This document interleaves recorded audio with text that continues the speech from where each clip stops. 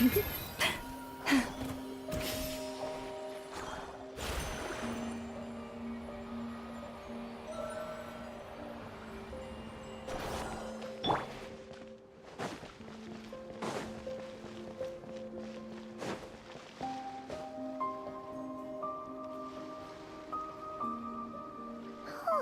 you think the others are making good progress? Hope it's all going smoothly. Huh! Hey, look! They made it back as well! Flint's! Lama! How did it all go? All is well, thank you. Nefer and Yehuda had to stay at the curatorium to wrap things up, so they won't be joining us for now. I ran into Miss Anefa and Miss Aino on the way back. Their work is still in progress, so I suspect they won't be back for a while either. You seem rather cheerful today, Mr. Flint's. I certainly am. I achieved what I set out to do and came away with more than I bargained for. Fighting alone can get quite tedious, but I had the good fortune to run into a pair of brave young warriors. We meet again. How have you been? Albedo! What are you doing here? Thankfully, tracking you down turned out to be a lot simpler than we envisaged. These two courageously lent me a hand while I was fighting the wild hunt. When they told me they were Servarka's colleagues, it all made sense. And given how people of outstanding talent tend to cross paths, it's no wonder you're already acquainted. So, who's your travel buddy, Albedo? Why don't you come and introduce yourself?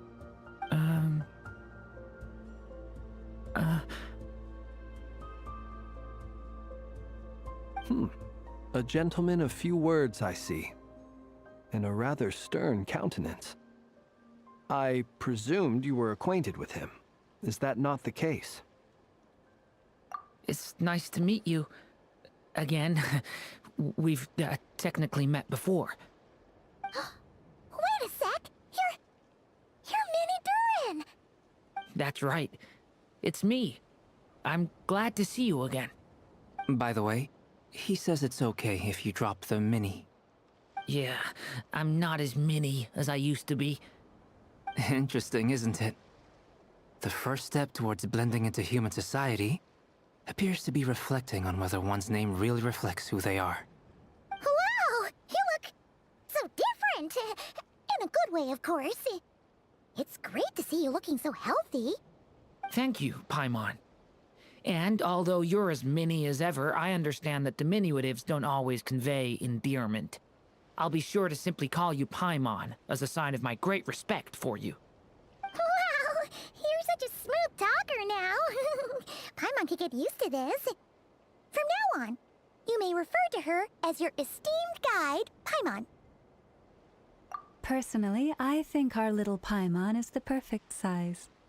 When people call her Little Paimon, it's just because she's so adorable that they can't help themselves. If that's not a sign of endearment, what is? You're absolutely right, Miss Lauma. My brother still has a long road ahead of him when it comes to understanding human relationships. Anyway, speaking of long journeys, didn't Columbina, leave with you? How come she isn't back yet? She's been catching up with old friends. Wouldn't be surprised if she stopped for a cup of tea, or 10 on the way back. Uh-oh. People are talking about me. Hope it's nothing negative.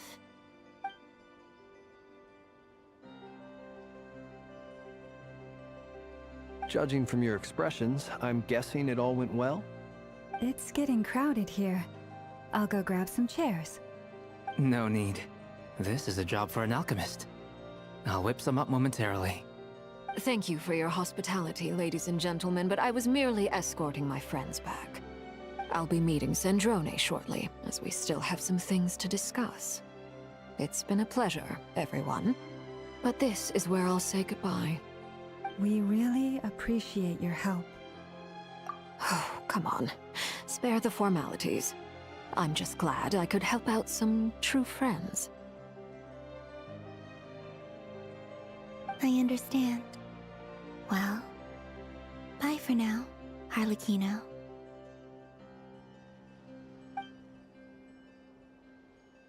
Oh, this place is hopping. It's probably a good thing one of us left. Otherwise, we might not fit all these people in.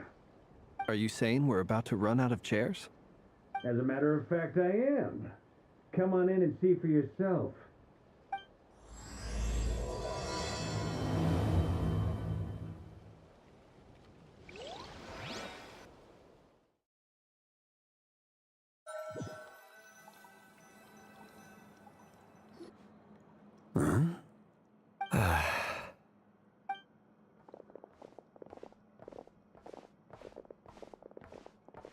I overheard your little chit-chat outside, by the way. With Miss Columbina's colleague gone, we should be back to the original crew plus the other colleagues I brought in. Though, it looks like we have another new face. Someone else managed to rope in a colleague too? Frankly, you and Paimon are the only people I know here. This here is Deansliff, colleague of Tibet's greatest guide, Paimon, and greatest adventurer, the Traveler. Well, not exactly colleagues, more sort of friends. When someone else jumps in to do the announcing, you know you're speaking to someone important. Let's hear what he has to say. Note to self. Once Paimon knows your name, the rest of the world will soon follow. When he comes looking for us, it's usually something important. Paimon's guessing you've heard about the Wild Hunt, then. From the looks of it, you're about to hold a meeting. If I were to say that the Wild Hunt is our mutual enemy, would that earn me a seat at the table? As the saying goes, the enemy of my enemy is my friend. Mr. Dainsliff, there's a seat with your name on it. Though, I can't promise the same for everyone else. Hey, Albedo, think you can rustle up a couple more chairs? After all this time apart, Grandmaster Varka's first order is to rustle up a couple more chairs. I've missed this. Is he being sarcastic? Hey, he's your brother. Why are you asking us? I've still got a lot to learn about the nuances of human conversation. Trying to decipher Albedo's way of speaking has been like jumping in at the deep end. Oh, good point. Paimon gets you now. Don't sweat it. There are people who go their whole lives without getting the hang of it. You're ahead of the game already.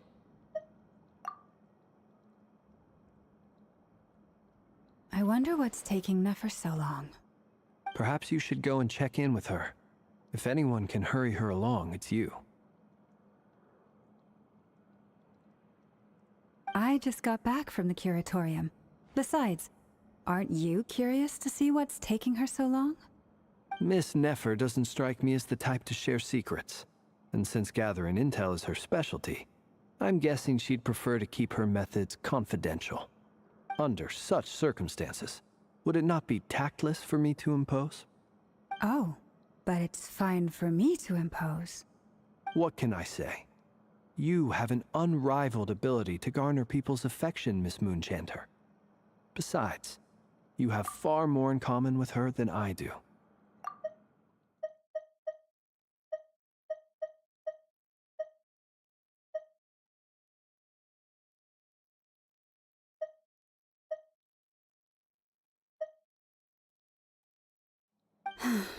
All right, then. Impressive. She barely fought back at all. I admire your powers of persuasion, my friend. As I'm sure Miss Lauma will realize soon enough, the trick in life is to always pitch in with other people's responsibilities so that you can be selective with your own.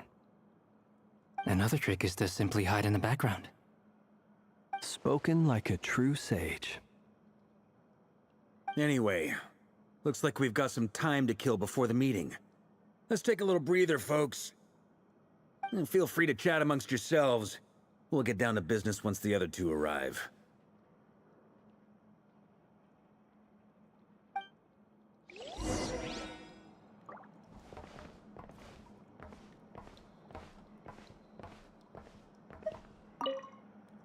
You're both awfully quiet.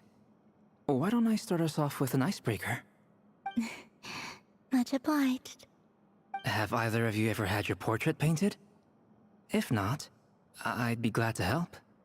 That sounds like a lovely idea. You know how to paint, then? I dabble occasionally. He's an excellent painter. Tables, chairs, people, dragons, you name it. He'll paint it for you. I'm flattered. If I ever get the chance, I'd like to give it a try myself. I'll bear that in mind. Anyway, how about you, Durin? What sort of portrait would you prefer? Oh, I'd be fine with anything. Whatever style feels best to you. Very well. Then I'll play it by ear. You can replicate any style I want? I can try. If you show me a sample, I'll do my best to match it. Thank you. In that case, I'll dig up some reference material for you.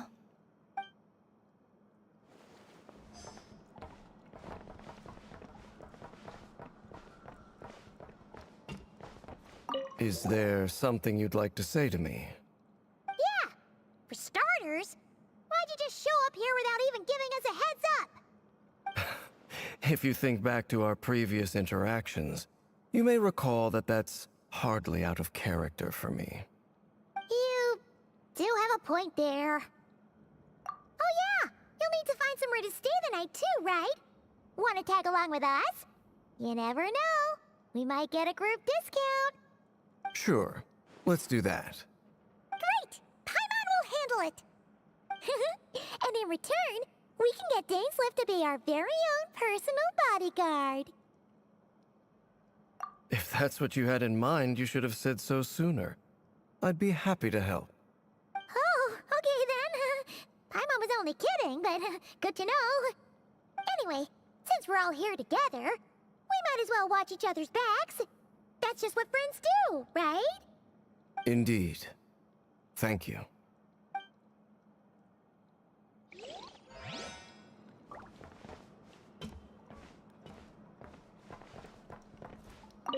Truth be told, I can't remember the last time I was in a meeting with so many people. You're not alone there, my friend. The Lightkeepers also struggle to bring everyone together for a serious discussion.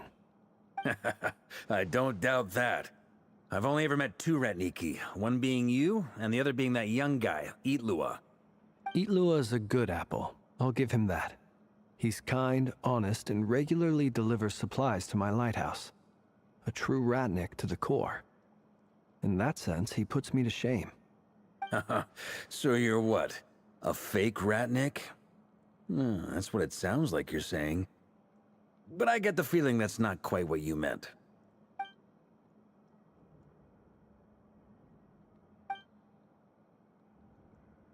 Come on, why the awkward silence? Sorry. I'm not even gonna bother trying to hide it. You've known all along, haven't you, my friend?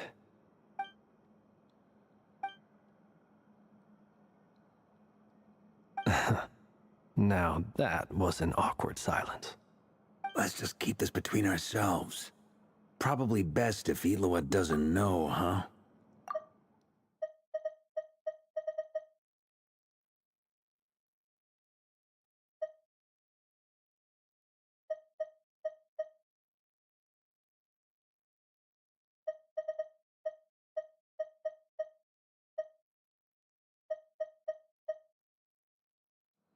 That goes without saying. Gotta be careful what you share with youngsters, after all. Anyone else in the know? Let me guess. The Traveler and Paimon? It's dangerous being too sharp for one's own good, you know.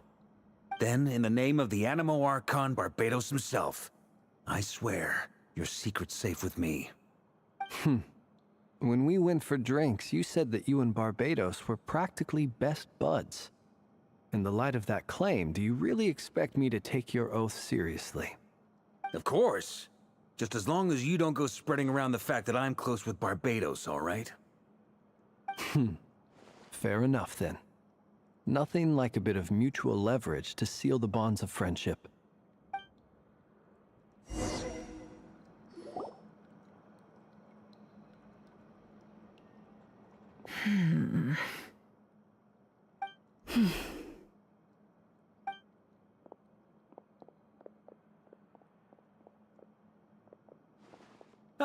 Miss Nefer, you made it after all.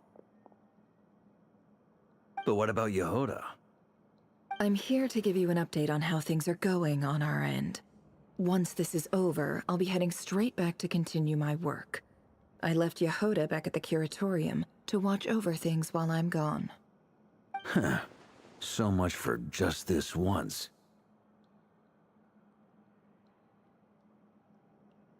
Shh! Not so loud! We're on a roll here. What if she remembers and suddenly decides to back out? Did you say something, Mr. Varka? Huh? I didn't say anything. Right, Flint's? Must have been a frog. They get so noisy around here at nighttime. It's like they're putting on a concert in the background. Anyway, before we begin, there's a few introductions to make. Let me start by saying that it's an honor to be speaking before so many distinguished colleagues and collaborators. First up, we have Miss Lauma. As Moon Chanter, she's the leader of the Frost Moon Scions, a local religious community in Nodcry. Then there's Miss Nefer, boss of the Curatorium of Secrets, an intel gatherer extraordinaire. Nefer is leading the investigation into Rerer's background, assisted by Yehoda and Lauma. From the little I've heard, they're making some great progress. Over here, we have Mr. Flint's, a ratnik and guardian of the abandoned lighthouse. In our last operation, he courageously distracted the wild hunt to buy time for the rest of us. For those of you who've never met, this is Mr. Albedo, a renowned alchemist and captain of the Knights of Favonius investigation team. By his side is a new face for us all, myself included, Mr. Durin, who has come to lend his aid. Next up, we have the Moon Maiden and former Fatui Harbinger, Miss Columbina. Then we have the Traveler, who's earned more titles than I could possibly hope to list out, so I'll spare you the rundown. And Paimon, the ultimate travel companion and quite possibly the best guide in all of Tevat. Wow! That's a lot of people! Great turnout! Miss Nefer, it looks like you might have another job coming your way, so, congratulations on the booming business, I guess. You think I haven't got enough on my hands as it is? Who's looking for me now? That would be me, Miss Nefer. I have a commission for you. And you are? Who I am doesn't matter right now. What does matter is that I'd like you to gather more intelligence about the Recher of Solnari. Well, it's not as if we never take on anonymous commissions. But in your case, I'll have to decline. I'm gonna take a wild guess and say your job's probably more hassle than it's worth. Something about you seems like bad news. It's my eyes, isn't it? Conrian, I assume. And what's with the mask? Are you trying to hide your identity? In any case, the fact that you're even still alive raises an awful lot of questions for me. My name is Dainsleif. And yes, I am from Conria. As I'm sure you're aware, the Recher of Solnari's real name is Rerir. He was once an acquaintance of mine. Really? Then you must have been quite an influential figure yourself. You flatter me, but none of that matters anymore. My point was simply to clarify why I have asked Miss Nefer to investigate Rerir's background. So you're both from Conria, and it sounds like you used to be friends? What am I missing here? Surely you already know how he became one of the Five Sinners. I'll tell you everything I know. The history of Conria, the names and identities of the Five Sinners. I remember it all like it was yesterday. I have never spoken openly of this before. But the truth was exactly as people say. The Five Sinners were each driven by their own desires, and it was by playing upon these that the Abyss tempted them to their fall, tearing Conria apart in the process. The visionary, Vedifenir, who wished to foretell the future. The wise, Haroptatir, who sought limitless knowledge. Gold, Rhindaughter, who desired to create life. The foul, Sertologi, who pursued supreme strength. And last, but not least, Raker of Solnari, Rerir, Ravager of the Moon.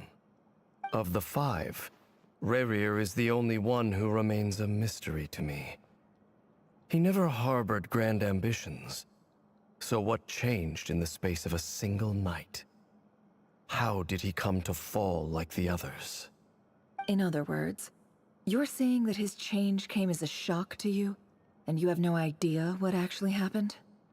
That's right. You mentioned how the Abyss tempted them, which led to their fall. But what did that look like in practice? And what other context can you give me about the events of that time? The more detail you can give me, the better. Strangely, now that it comes to it, I hardly know where to begin. The fateful night took place during the era of the Eclipse Dynasty. One day, my elder brother, the visionary, Vedifenir, was summoned to the palace by the Vinster King, only for the king to gouge out his eyes and cast him into the dungeons. When I came to hear of this, my fury knew no bounds. I gathered together every ally I thought I had, and together, we set a night to storm the palace and free Ved. Centuries on, the memories of that night still haunt me, like a never-ending nightmare. We broke through the palace gates, just like we had planned, each striking towards our separate targets. But then, I was betrayed. Even Vedifenir, the very person I had come to rescue, abandoned me and partook of the Abyss's power. So, it's personal after all. Then tell me, Mr. Dainsleif, what price are you willing to pay? You, of all people, must know that nothing comes for free. I cannot say what price would be worthy of such a commission. But know this. Rerir was not always a madman. Believe it or not, there was a time when he was just an ordinary man, working for the Conrian Intelligence Service. Uncovering the truth of Rerir's past is the only way to unravel this mystery. But before you decide if you will accept my commission, I will tell you more about him. Enough, I hope, to help you plan your next move. Sounds pretty good to me. Feels like we just flagged down a random passerby, only to discover he's actually a master strategist who has a score to settle with our enemy. Can I borrow your halo? It could be useful in the lighthouse. Hey, enough with the wisecracks! Besides, isn't that lamp of yours bright enough already? Relax. It was meant to be a compliment. If that was a little over the top for your liking, I'll make sure to tone it down next time. I'll give your proposal some serious thought, Mr. Dainsleif. Let's speak in private once the meeting is over.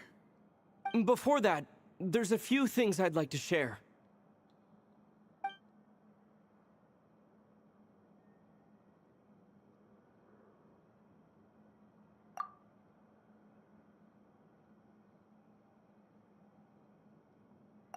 Now that we've united the hearts of the three moons, your power should be greatly enhanced. But it seems like that hasn't happened yet? I believe it will take a little longer. You've done so much for me, so I want to be completely honest with you all. Even though I'm doing a lot better now, the truth is, my recovery will likely be an ongoing process.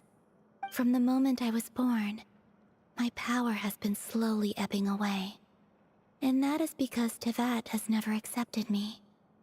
Even with the moons united as one, it seems my rejection cannot be undone. So far, I have yet to find a solution. It may turn out to be a problem that will plague me until the day I finally leave this place behind. Even so, I will do everything in my power to help you drive out the Raker of Solnari. As Arlecchino put it, this is not about chasing the spoils of victory, It's just a gesture of heartfelt gratitude. Kutar.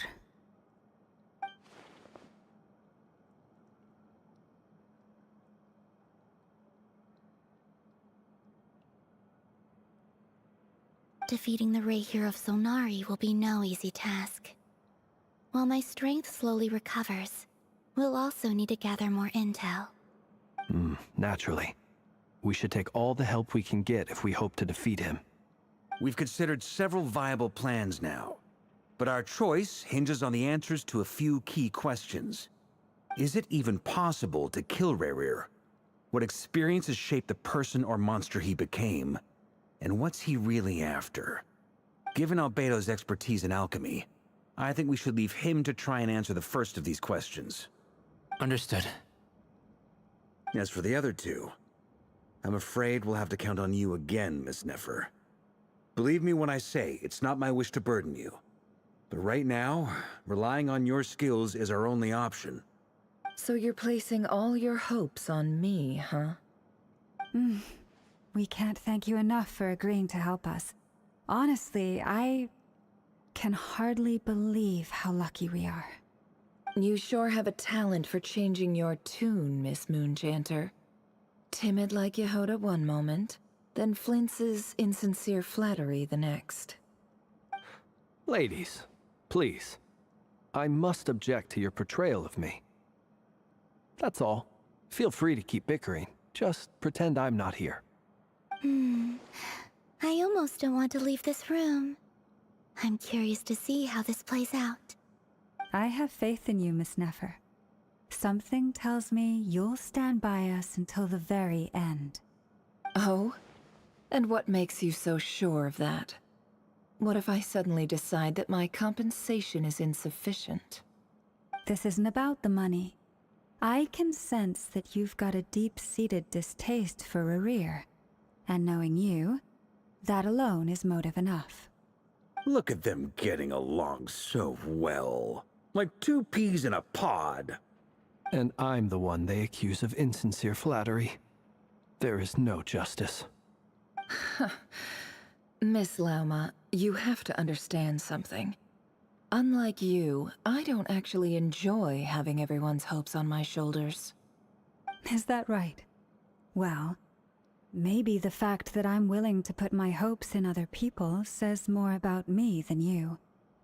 But the fact is, I also trust you.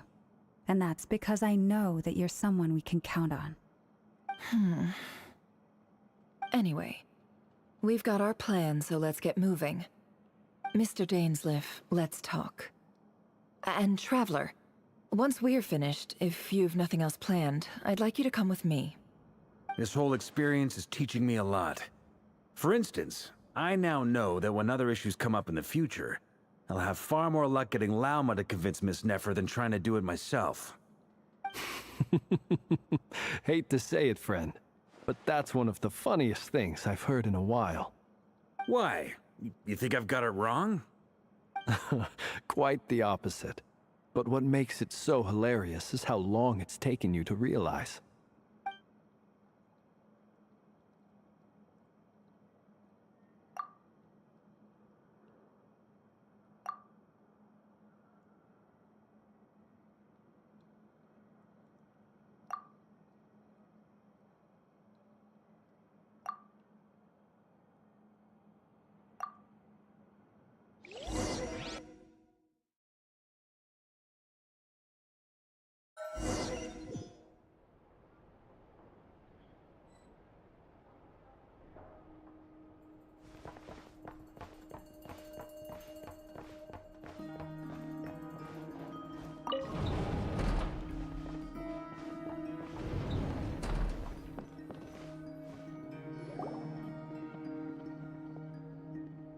Thank you for waiting.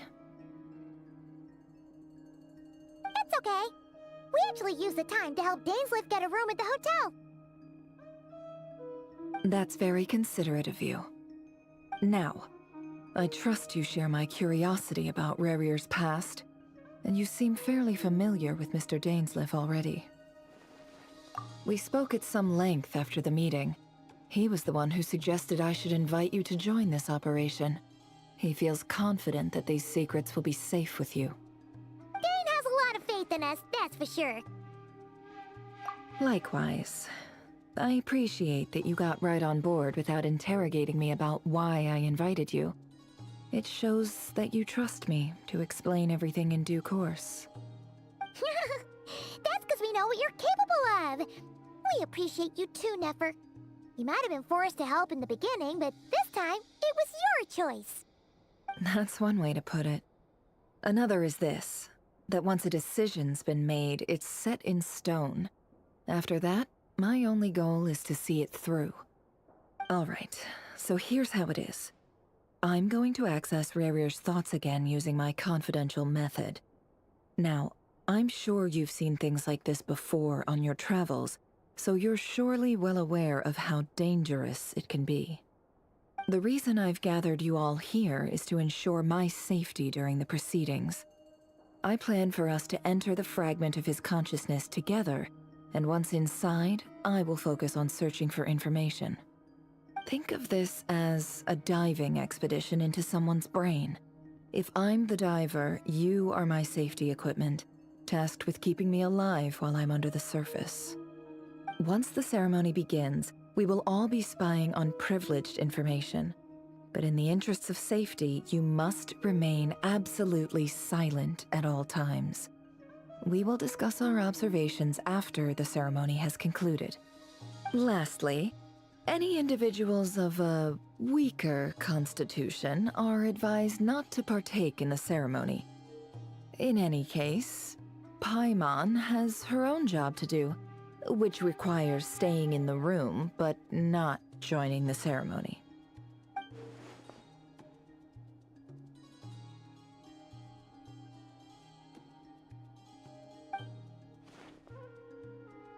Well, good luck, everyone.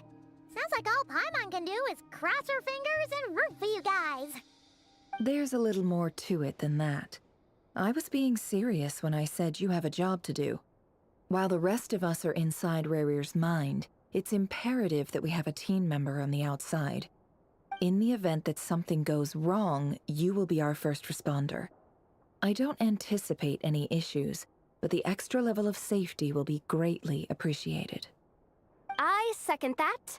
This is a dangerous operation here, and you're our whole rescue team. That's pretty much the most important job in the crew. So, Paimon's like the lifeguard? Yeah, that makes sense. All right, got it. Good. Please, take a seat. We'll get started momentarily.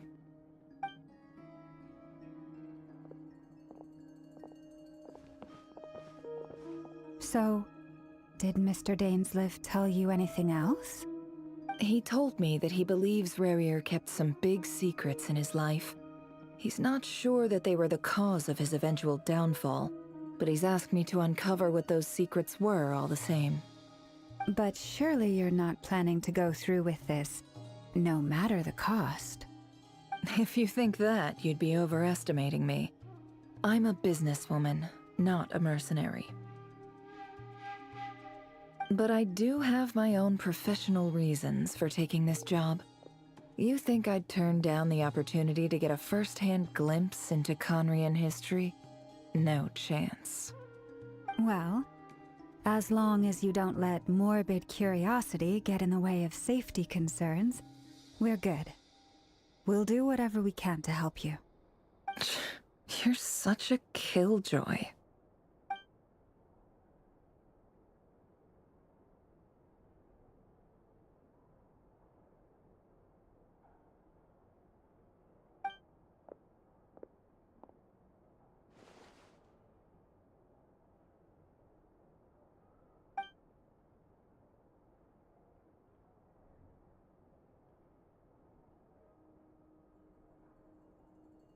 All right, I'm good to go. All set over here, too. Promise, Paimon, you'll be extra careful. All right. Let your whole body relax. We're about to begin. Close your eyes.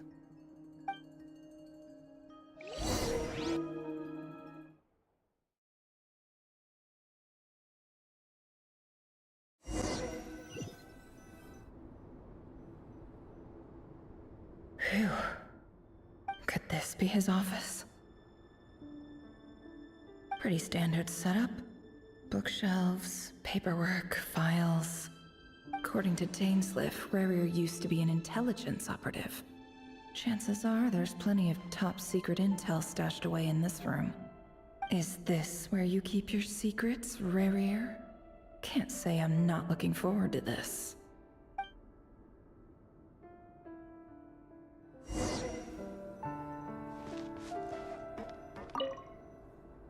A file tucked inside a folder. The title reads, Dear Breakfast Shop Owner. It's a list of names. But at this stage, I have no idea who any of them even are.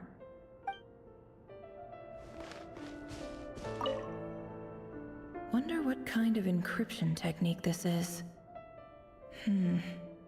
Seems like it has to be inserted into that camouflage device nearby. Aha! It's an audio recording. Please, hear me out. I can't shake this feeling that someone's been spying on our house. No, I'm not being paranoid. It's true. I saw someone dressed in all black. It was a couple of days back, but that was on another street, not near my house. I swear, I know what I saw! There's a note in the margin. Surveillance of the Run for their residence has concluded. We apprehended the target and filed the mission report last night. Could the voice in the recording belong to one of Rarier's targets?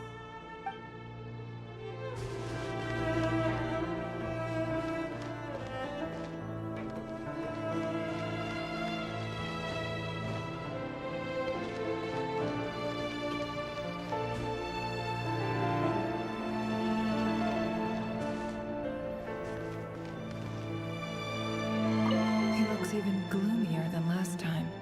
I wonder what's changed.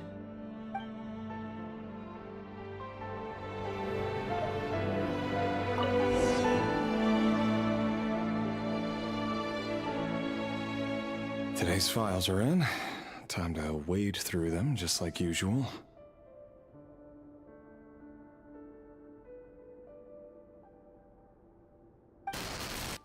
Male, 51. Occupation, cook. Confirmed Crimson Moon descendant. Has maintained frequent contact with other descendants over the past year. Poses a threat to the dynasty. Neutralized.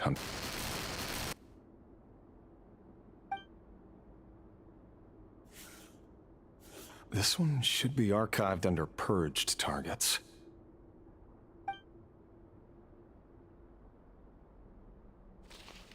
Female, 23. Occupation, office clerk.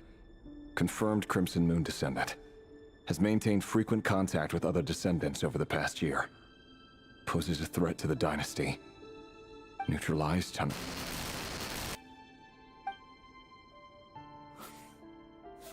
Another one for purged targets.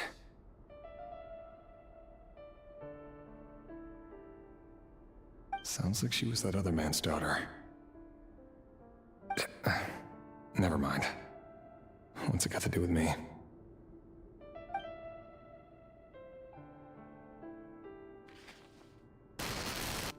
Male, 40.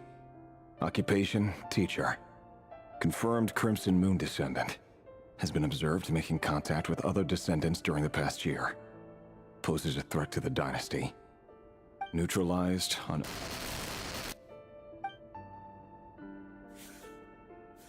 Just another nobody for the archive. Come to think of it, I remember surveilling this man. A case like his never would have been considered a priority in the past. Huh. He barely even interacted with other Crimson Moon descendants.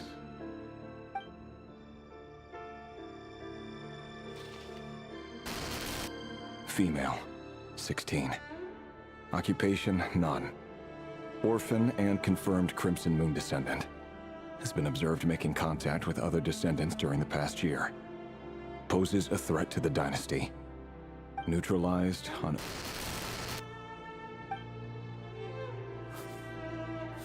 Filed. I have no recollection of this girl. None whatsoever. She doesn't seem to be anyone important, but then again, how many of them really are?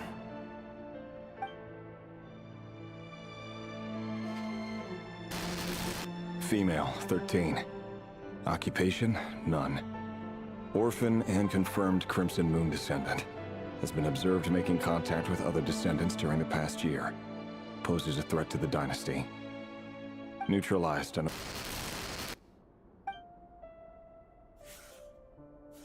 Filed.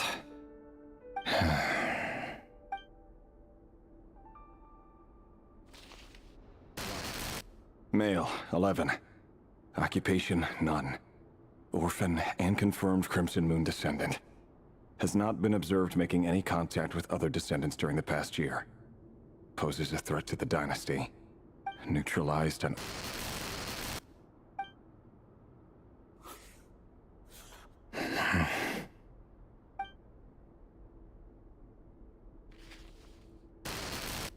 Male. 6. Occupation, none. Orphan and confirmed Crimson Moon descendant. Poses a threat to the dynasty.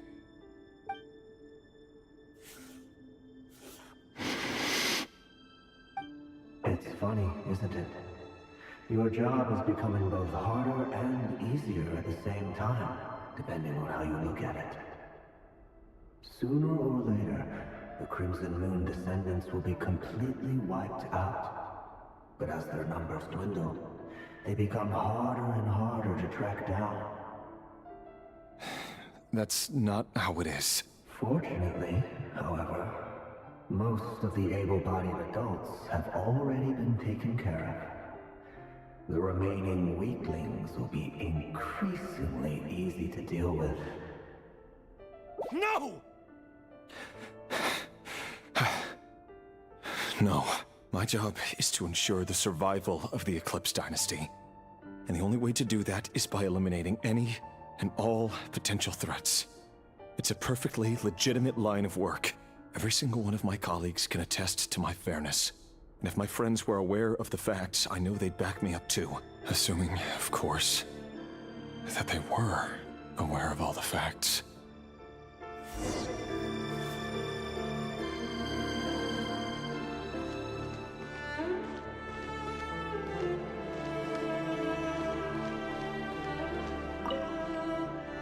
A box containing a ring inlaid with a precious gem. Must be for his girlfriend.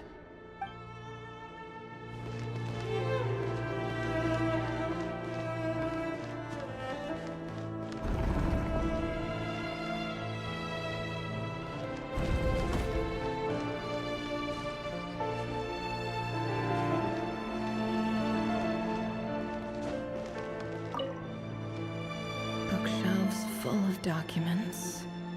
Looks like these are all files, packed with the personal details of individual Conrians. The Crimson Moon Dynasty preceded the Eclipse. Since Rerir worked as a secret agent during the latter, it stands to reason that he was tasked with purging remnants of the old dynasty. Yep, lines up exactly with what Dainsleif told me.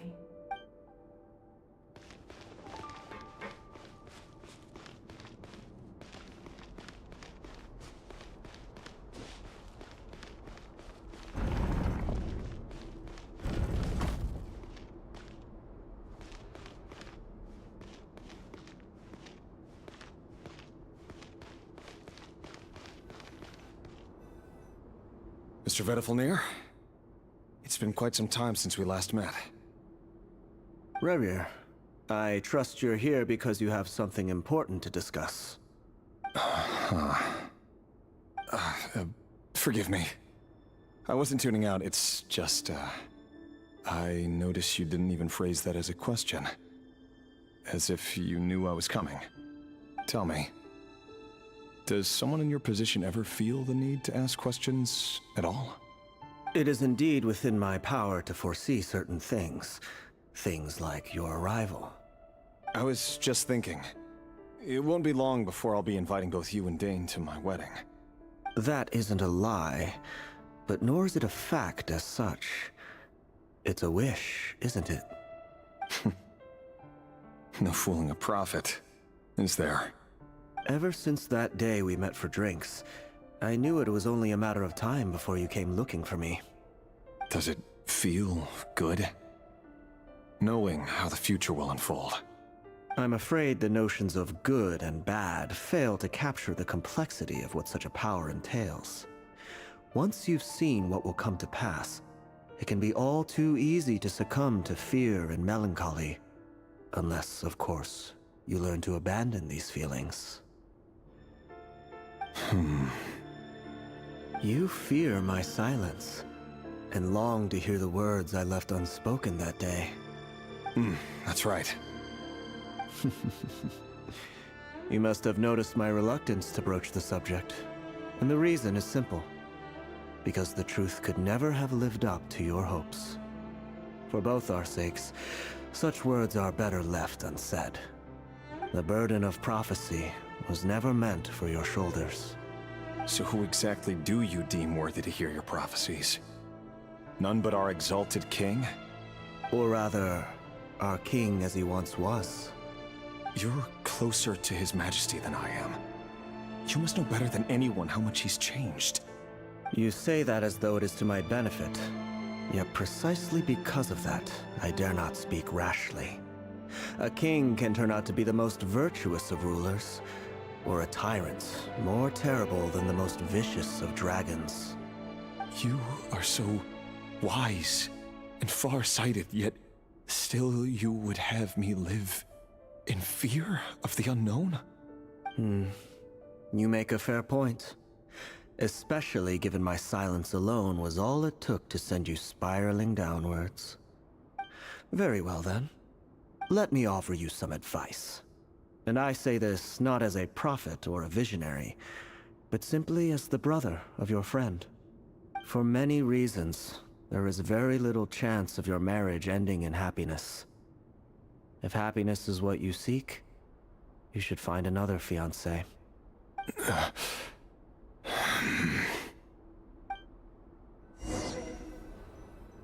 Hold on.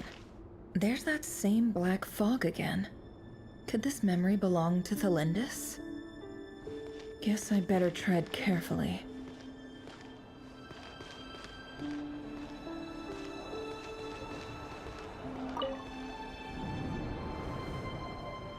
Wait. Hear me out. This time we finally got a clear look at his face and learned his true identity.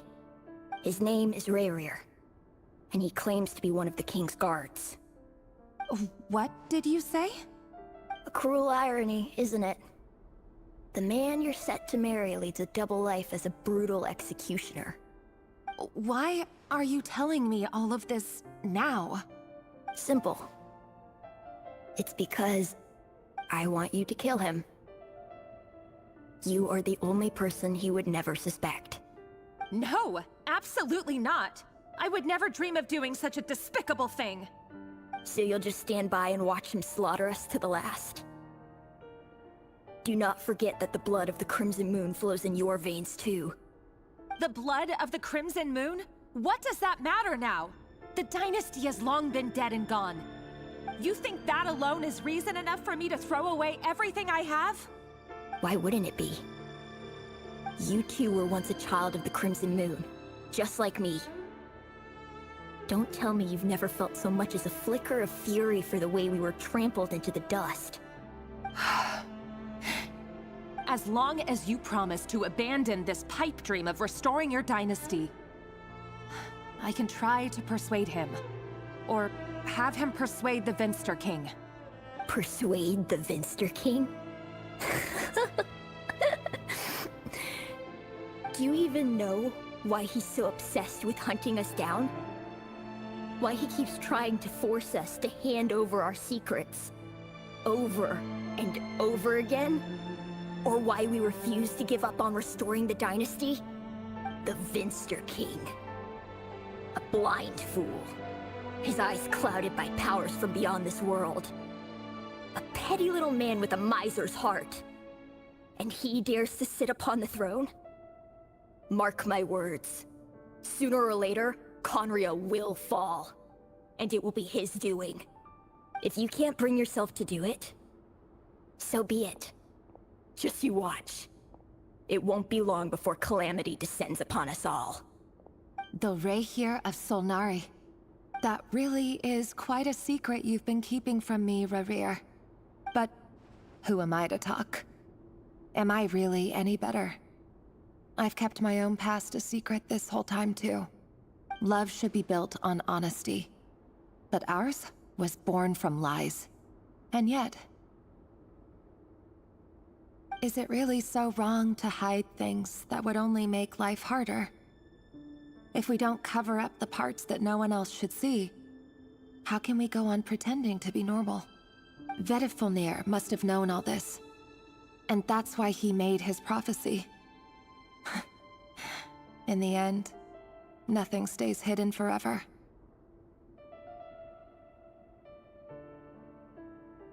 But I won't just sit by and watch this disaster unfold. I'll do everything in my power to protect what I cannot afford to lose, no matter who I have to face.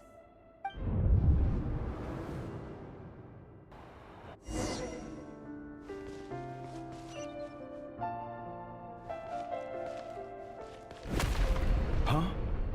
Was that Rerir who just walked past the window?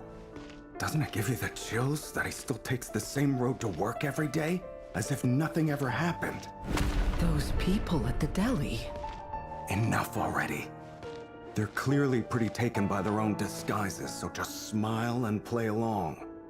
Pull the rug from under beasts like that, and you'll risk having your throat torn out.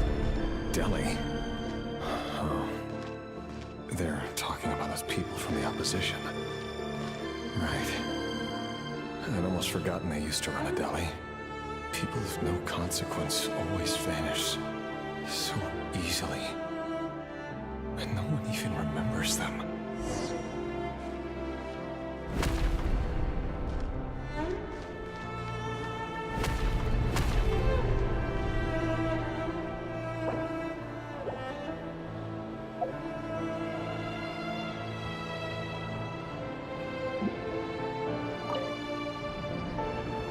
But surely you can see he's not the man he pretends to be! So many have died already, and they say that the king's madness grows with each passing day. We're not going to survive this, are we? But why does it have to be this way? Do we really deserve to die just because of the blood that runs through our veins? Felindis, are you even listening? Sorry, Freether. My mind was off wandering. I heard you, though. You're talking about what Rerir said. He's just following the king's orders. He's a secret agent, and it's his job to hunt down rebels and dissidents. By the time you first met him, he'd already taken lives. Maybe he was using you from the very beginning. No. Rerir has no idea I have anything to do with the Crimson Moon. My family are only distant relatives of the main lineage, and besides, my eyes are perfectly ordinary. Truth be told, apart from my teacher, pretty much no one knows I have any connection to any of it. It's been a long time since my family severed ties. But as Orlog said, who could possibly talk sense into that raving lunatic of a king? No one. I'll work something out. Trust me, I'm with you all. But for now, you need to keep yourselves hidden. Don't let anyone find you, anyone at all. Don't forget that Rerir is an Eclipse operative. You need to be extra careful when he's around. And when I am too. For now, don't come looking for me. And if anything happens to me, just act like we've never met. If even you can't escape this, what hope do the rest of us have? But after all this time together, surely he wouldn't lay a hand on you. I won't speak in his defense, nor can I give you a clear answer to that question. But I'll do everything I can to put an end to this.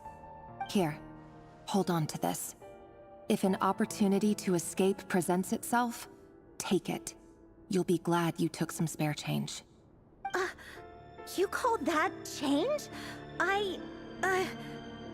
But what about you? I've got a job, and there's still money coming in. But you can't go anywhere right now. Please think about yourself for once.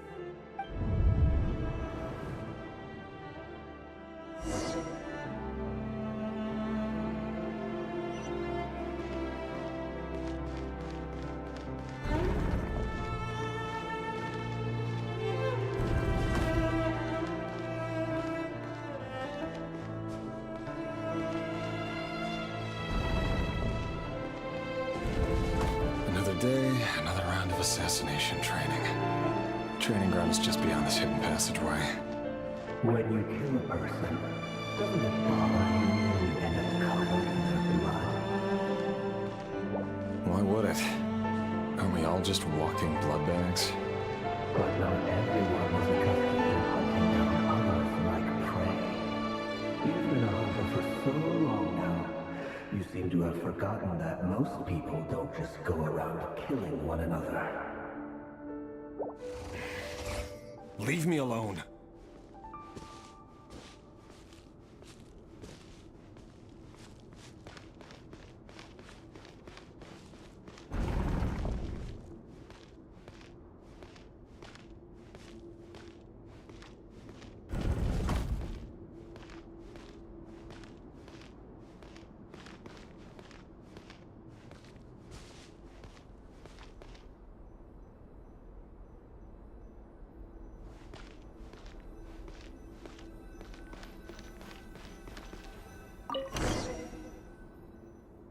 Make sure you have a firm grip on the handle, then choose your angle well. Keep your movements light and brisk, and the prey won't sense a thing. I doubt that. I'll bet no one's ever died a quiet death at your hands. I work clean. No traces.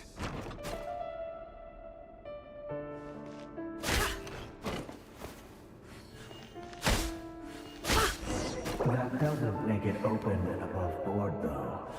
The king just happens to need you right now. What if someday he doesn't? That won't happen. He's changed. Ever since he fell under the spell of that power. In the beginning, he only had you take out a handful of the guilty. But now... The ones I've dealt with have always been guilty. And I've carried out my work flawlessly.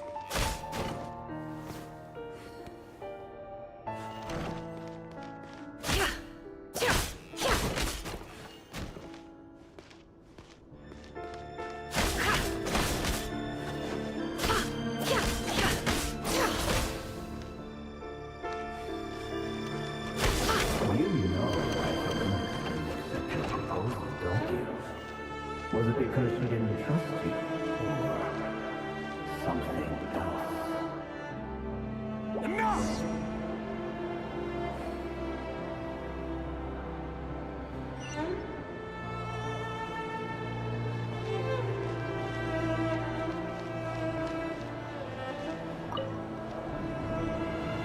Delindis, do you still remember Orlog?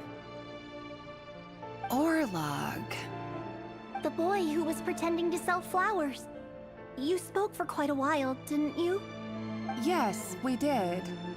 What about him? He was arrested 2 days ago. Chances are he's already dead. He...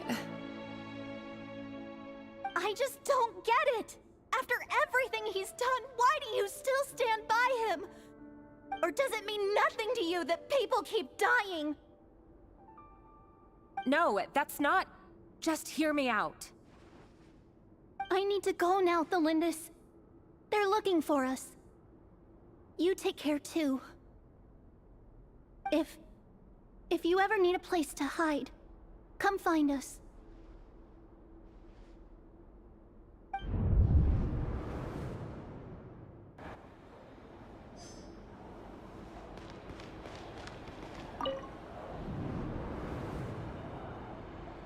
Author Thelindis.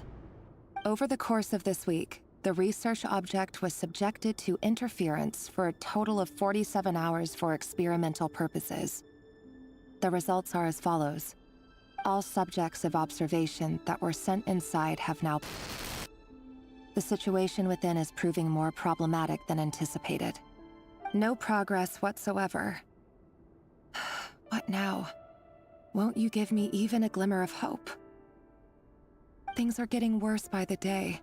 I have to find a way or we'll all be in danger.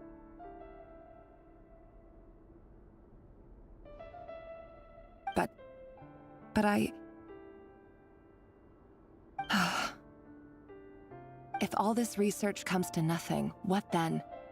Sooner or later, it'll be my neck on the line.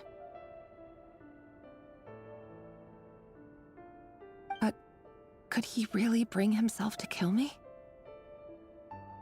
No. Surely he wouldn't have the heart.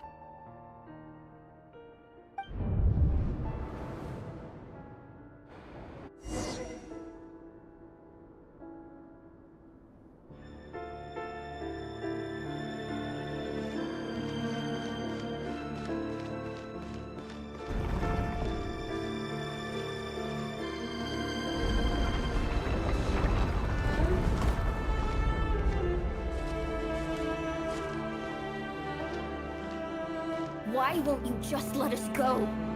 We don't even know each other. All we want is to live ordinary, peaceful lives. You want to live?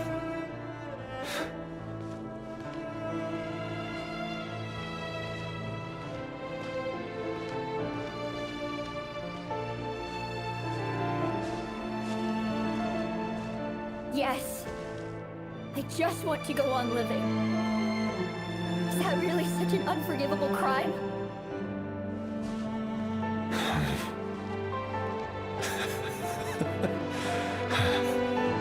You want to go on living. I want to keep living too. To keep living forever. That's why I have no choice but to continue on the path I'm on.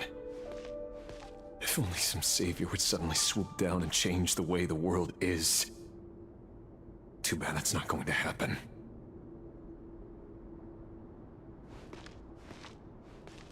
Imagine that.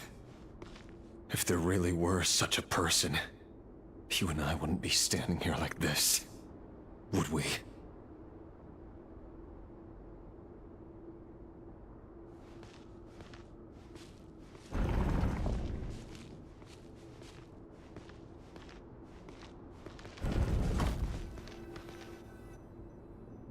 Today's files are in. Time to wade through them just like usual. No, I don't get tired of it. It's my job. And not only am I lucky to have it, I'm good at it too.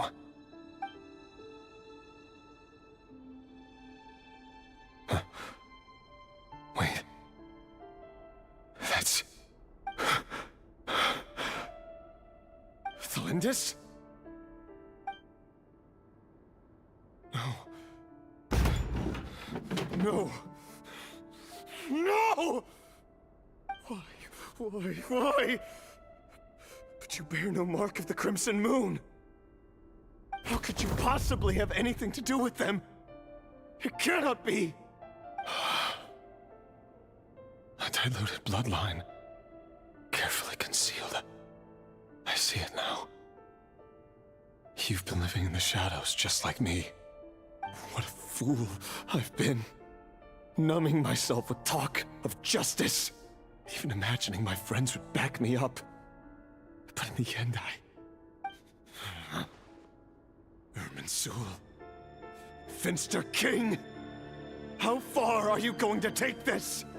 From the direct bloodline to secondary offshoots? And then what? Today it's the descendants of the Crimson Moon. Who will it be tomorrow? Will you not rest until everyone down here is dead? No. This cannot go on. This is where it ends.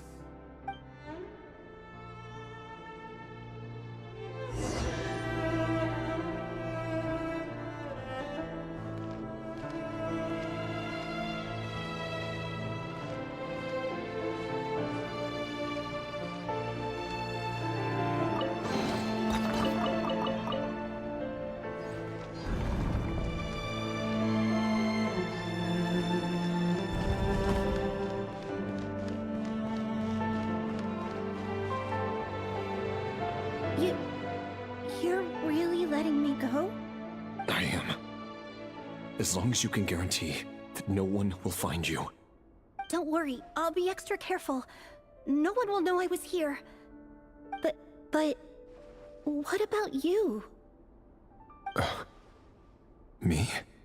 If you let me go, you won't be able to complete your mission, will you? Good point. In that case, maybe you should stay. No, please! I just want to see the outside world again. To... Go on living? Yes.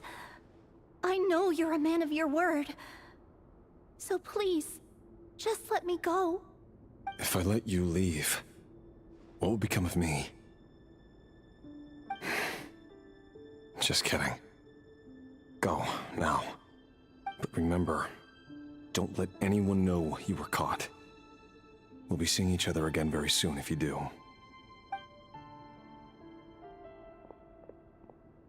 Even shadows in the dark must live by a code. But you can't save everyone. You've been whispering in my ear for days now, Vedifalnir. What are you trying to do? Break me down? I only say this because you long for an answer to your problems. Let her go, Rerir, or you risk losing everything. I will not abandon Thelindis. Then you'll need a little more vigilance and a lot more power. The world is changing, Rerir. Keep your eyes peeled for your moment of opportunity. That voice used to be so unclear. But now I know exactly whose it is. It's Vedifalnir. He won't tell me how to actually resolve any of this, but he keeps trying to manipulate me like a puppet. What's his game here? Tell me then. What will this moment of opportunity look like? And... no answer. He's like a ghost. Always disturbing me when I'm on edge, but never answering when I need him most. So, the Eclipse Dynasty was purging, well, massacring the descendants of the Crimson Moon. And it seems like it was all connected to the Vinster King's research. The King's obsession with abyssal power left the future of Conria hanging in the balance.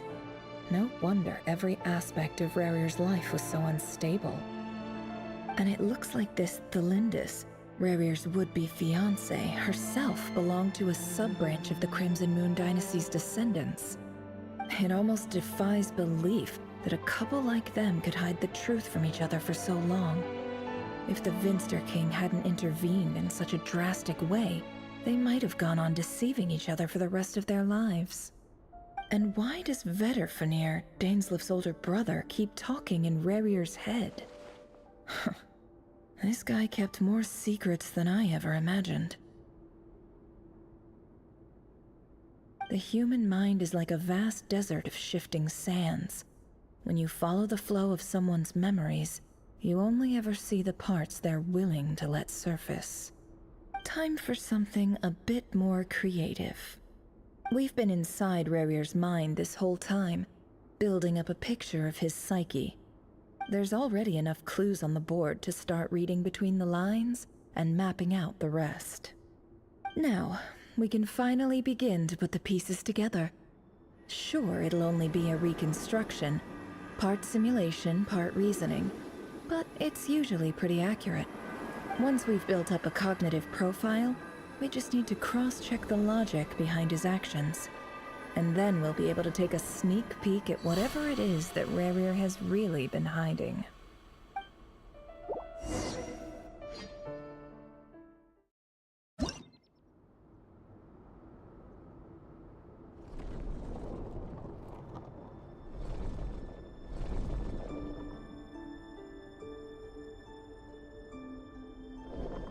Rerir, are you there?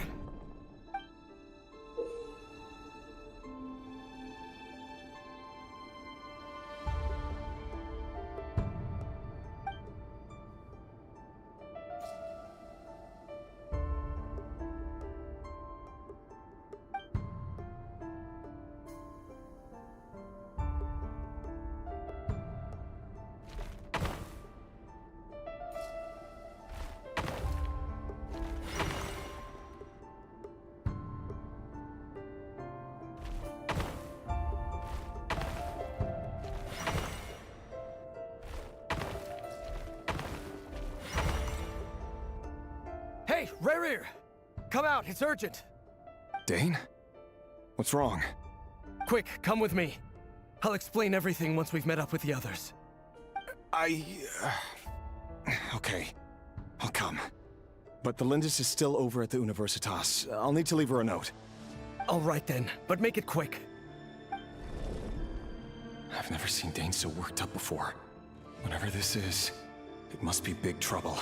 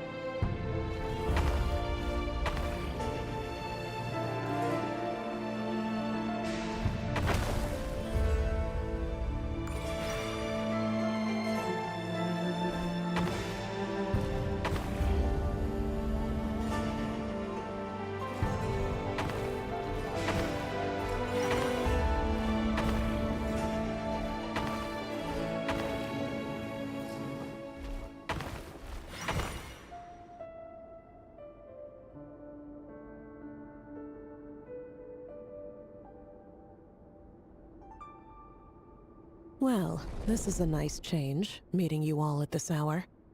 When men and women of ambition can speak face to face in broad daylight, I say that's a big step forward for our dear Conria. Don't be ridiculous. We do not fear the day. Why would we seek refuge in the night? You might ask your blade that same question. I'm told it prefers the cover of darkness. The word on the street is that Sir Delogi only strikes when he has an unfair advantage. But that is patently false. I see you're missing an arm and a leg. Surely only a fair fight could explain that. If this is your way of offering me replacement limbs, believe me, I'll take them. Oh, we can certainly discuss that. With bioalchemy, anything is possible. Assuming I have your full support in my research. Lunatic. Robtatir, what brings you here? Why, Dainsleif, of course. He invited me. Please, cast aside your apprehensions, Miss Rhindaughter. Whatever the rumors may say, I am but a humble servant of the king, and I can assure you he affords me no greater convenience than he does you. Well, the Universitas Magistrorum won't stop fawning over you, so at least some of the rumors must be true. You're clearly doing well for yourself, so drop the humble servant act. It endears you to no one. You're president of the Universitas Magistrorum, the chief royal mage known as the Wise by royal appointment, and by far the most favored among the 4 pillars of Conria.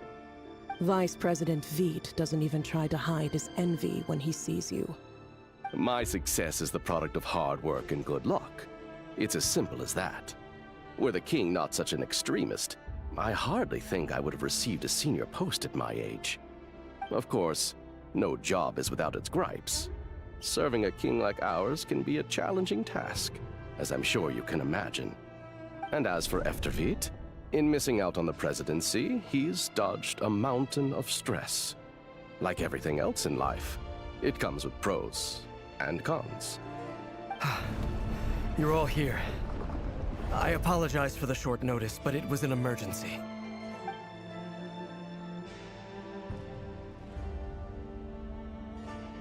You must be Rerir. Mr. Sir Delogi. Yes, I handled your case file during your sentencing. Nothing personal, of course. I'm pleasantly surprised that you remember me. You're clearly a person of substance if you've been invited here. But Dainsleif, you'd better have a very good reason for convening this little gathering. It's my brother, Vedofenir. After he spoke at the court this morning, the king was so infuriated by his words that he had him blinded in both eyes and thrown in prison. Vedafulnir in prison? Strange. I thought the king trusted him and Horoptatyr more than anyone else in the world. Does this mean the king's circle of trust just got even smaller? It has nothing to do with trust. It's about what the king wants, which is as clear as day to anyone paying attention. I simply appease him, because it's in the best interests of the Universitas Magistrorum. And also because you're slimy. Vedafulnir, perhaps less so. But still, a visionless visionary? It rather inclines me to think that qualifications are not what get you ahead in Conria. Do you honestly think this is an important discussion to be having right now? Dane, what are you planning to do? Rescue Vedafulnir, I assume. Correct. It will mean storming the palace by force. Tonight. I need all of you on my side. That's far too dangerous.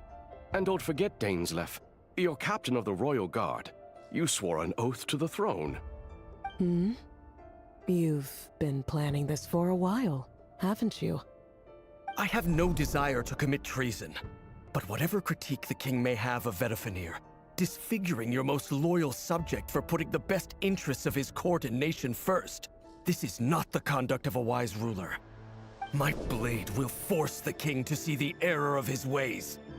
So, Vedafulnir's prophecy enraged the king.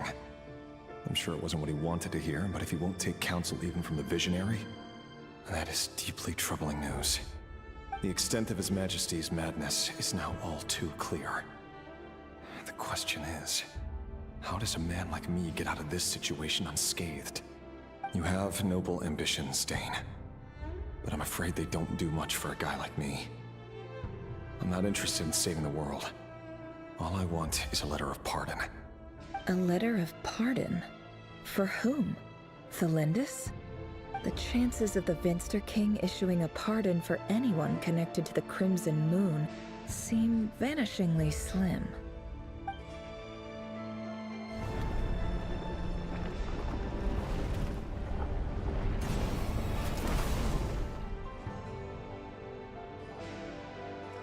This black fog over the board must have some connection to Thelindis. But why is it taking this form? Does it have something to do with Revir's past? Another mystery I'll need to unravel.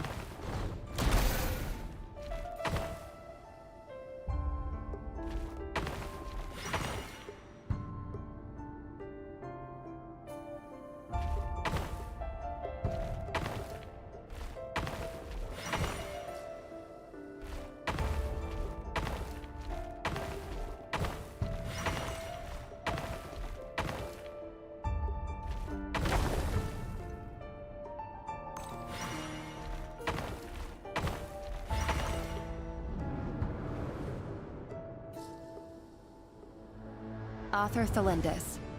Over the course of this week, the research object was subjected to interference for a total of 60 hours for experimental purposes. The results are as follows.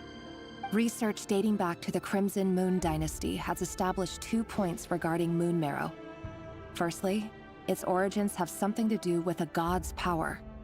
Secondly, it serves as a portal to an as-yet indeterminate location. Moon marrow can thus be defined as a spatial gateway. However, there are a number of hurdles to overcome before we can answer the question of where it leads to. To start with, opening the gateway requires a specific power source, which the relevant literature indicates. An enormous amount of power is then required to keep the gate open. Currently, the total power output of our instruments remains in the single digits. To make matters worse, I am now the only staff member remaining in the Moon Marrow lab. The Universitas Magistrorum recently decided to move most of its personnel into abyssal energy research, which has stymied all Crimson Moon-related projects. This is not a wise move. I have always maintained that placing all our hopes in a single source of power is risky, especially one as poorly understood as this. As well as making ourselves overly reliant on a single resource, we are neglecting other promising technologies. I apologize if this comes across as disrespectful. But as a Moon Marrow researcher, I desperately want to see the world beyond the gateway. If we really made it there one day, what would we find? And how would we go about taming the unknown? My imagination is endlessly fueled by questions such as these.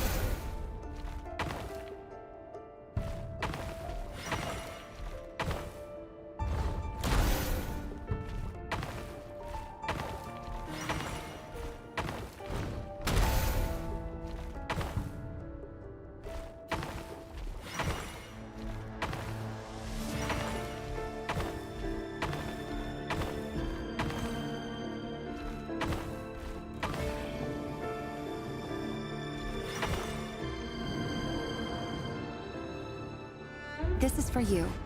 I heard you're gonna leave the city with your parents. Delindis, did you hear about what happened? I've heard nothing. Rerir got back very late last Friday, and he was acting a little unusual, but he slept pretty well, so I'm guessing whatever he did was a good deed. You never saw him, and I don't know what he did. And this conversation never happened. You understand? What if he finds out that you pried into his secrets? Don't be silly.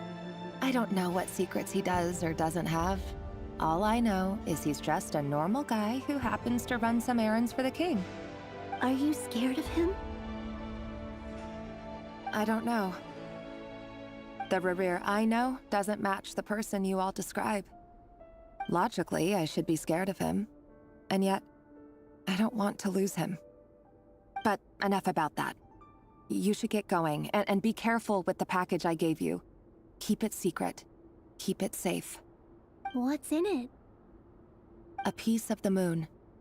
All you need to know is that as long as you keep it safe, then in the future, everyone will be able to see a red moon. A red moon? You mean our moon? That's right. Our moon. Promise me you'll look after it. I promise, Delindis. The Crimson Moon bloodline will never die out. Its light, the color of blood, will become like a fire that flows in our veins, no matter how long it takes.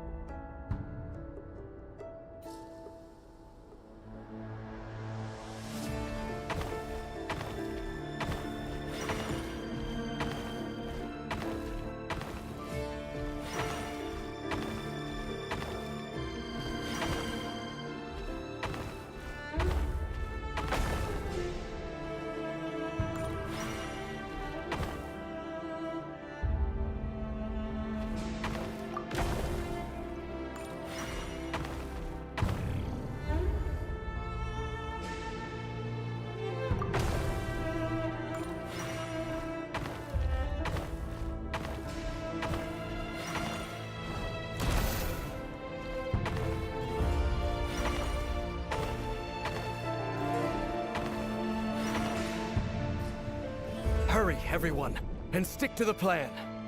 Sir Dainsleif, what are you? Is this treason? You know what happens to those who betray the throne. Please, don't do this! It is the king himself who has betrayed the throne.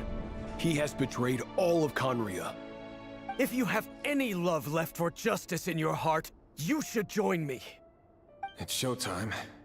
Dane and his group will handle the troops in the palace. Then Hraptatyr and Rhindaughter will disarm the security measures. My job is to enter the prison and rescue Vedifalnir. Stay safe. Wish me luck. Look after my brother. Draw your blade. It is time for justice to prevail.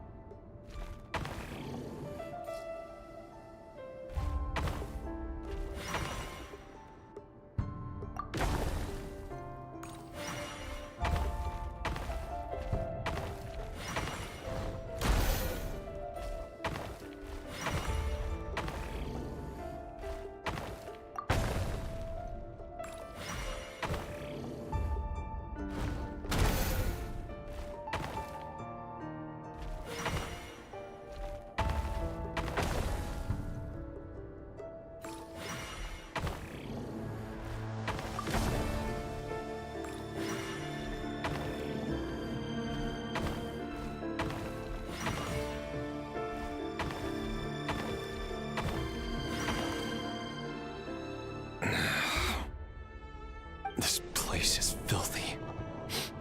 And the smell is abominable. Clearly, the king doesn't allow his prisoners a single shred of dignity. This is dire. Found you. Hello, Mr. Vedifalnir. Ah, it's you. Surprised? Oh, wait. I guess surprise isn't an emotion that prophets feel very often. I certainly felt some surprise in the moment when I was blinded. Surprise at the king's sheer ignorance. Surprise at just how unfairly this world responds to words of earnest remonstration. I'm curious. What did you prophesize this time? It wasn't a prophecy. It was a word of warning. Someone had to say it. The king has forsaken all reason in pursuit of his obsessions. I simply told him that if he continues on this path, Conria will surely fall. But he didn't listen. Worse still, he stabbed you in both eyes and locked you away. Dane asked for my help. The court is in complete chaos now, but I'm sure you predicted that. Everything is transpiring as I foresaw, yet I am powerless to change it. Fate is an immutable force. I can but lament as the inevitable unfolds. I do wonder whether giving a man the power to see the future does nothing more for him than slowly crush his spirit. Forgive my curtness, Vedifalnir, but the king did not suddenly turn on you today. His suspicions have been brewing for a long time. You can't have wisdom beyond the reach of your fellow man without attracting his fear and suspicion. There are things the king does not want to see. So, he doesn't want you having visions of them either. He blinded you because he thought this would make the visions stop. He wasn't entirely wrong. I did indeed lose my power to see the future. Right up until... Until what? Just now. I believe I saw something new. Well, tonight could go a lot of different ways. 5 of us banded together to storm the palace, also we could rescue you. This will go down as the most tumultuous day in Conrian history. I sense hatred in you, but also hope. A desperate hope that with the tyrant deposed, that will be the end of the story. But this is not the end. It is the beginning of a new chapter, in a whole new story. There are many men of honor and courage in this world, Rerir. But you are not one of them. You're not here for justice, are you? You're here for yourself. Is that a dagger? Interesting. Why not the polearm? It was always your weapon of choice. With your abilities, I don't doubt that you were able to recover some of your sight. But I also doubt that you want to make an enemy of me right now. Of course not. We're on the same side, aren't we? We could be. But I need you to be honest with me, Vedafilnir. At this point, you're my only hope for the future. You mean your future? With your beloved, Felindis? Yes. And I know there are bigger things at stake here. A dynasty, a nation, maybe the entire world. But forgive me, I care first and foremost about myself. I can't abandon the one I love to save myself. I just can't do it. But you see a broader picture of the future than I. You see the solutions to the biggest problems of our age. So tell me, what is my solution? What's the answer? In matters of fate, answers are either right or wrong. What will be, and what will not. Maybe you are willing to pay a certain price in the pursuit of happiness, but unfortunately, fate does not negotiate. That is the cruelest thing about fate. It is unmoved by your sacrifices. That can't be true. I know it's your voice that I keep hearing in my head, urging me to see how the world is changing, to seek more power, so I can protect the things I love. You show me disaster, but you won't show me how to avoid it? Why? Why are you doing all this? My voice. In your head.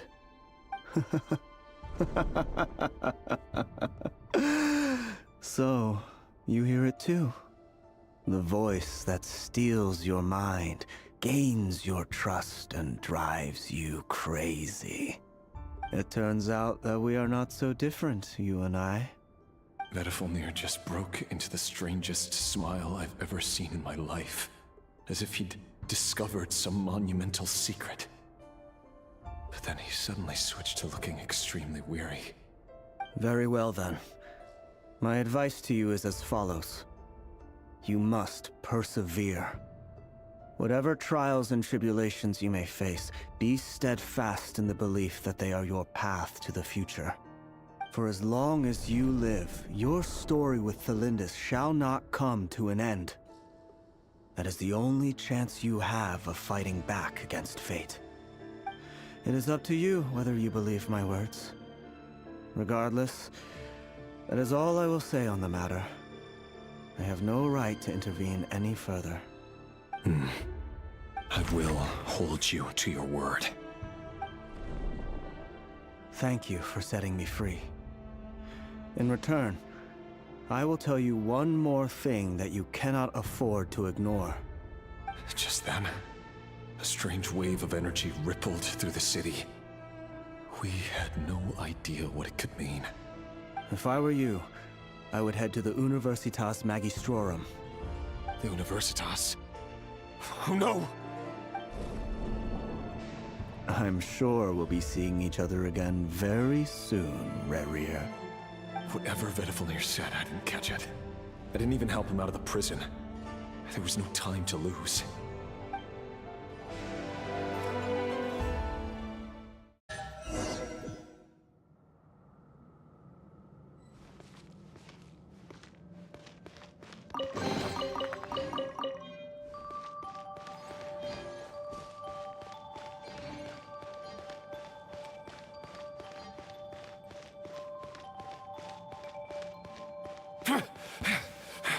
Monsters? is this Rheindarter's doing? By the Universitas Magistrorum! Out of my way!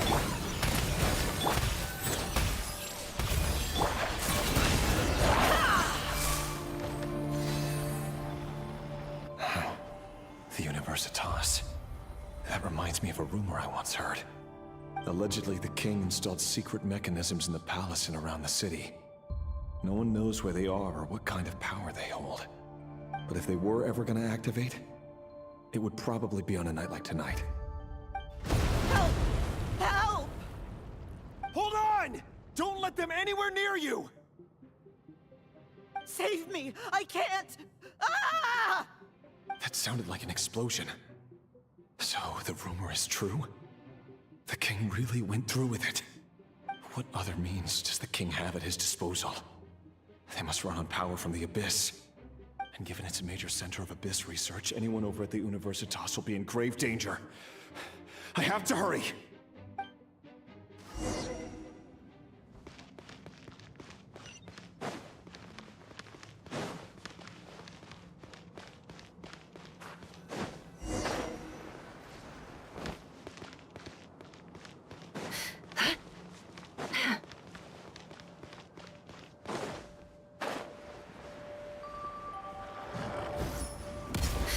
No more lies. Leave this be free. Can't hide the truth. Seek within. No more lies. The doctor was seeing. Seems like an emergency. Not too far now. Go! You're free now! For the everlasting forest. It all adds up. Can't hide the truth. The mystery unravels. Farewell! You poor lost the...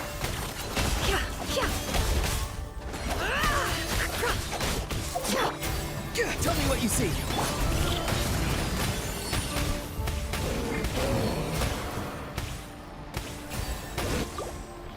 Leave this place.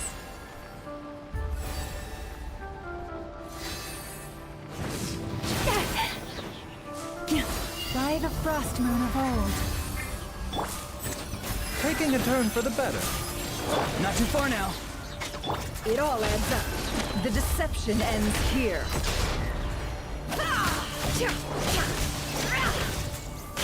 No more lies.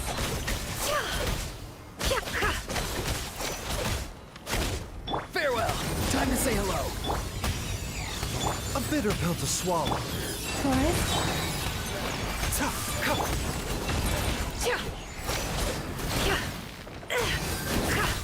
With one heart, we pray.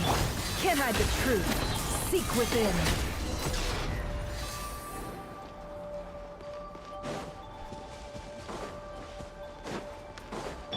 You poor lost lamb. Mind the side effects.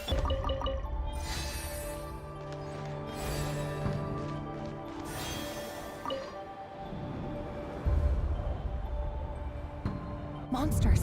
At the Universitas Magistrorum? Why now? Oh no! They're coming! It's no use. The table won't hold out much longer. The weapons. Where are the weapons? Of course. All the lab equipment was upgraded after the inspection last week, but the new weapons haven't been allocated yet. I'm done for. Is anyone there? I need help! Ah! Stay back! Please stay back! Please!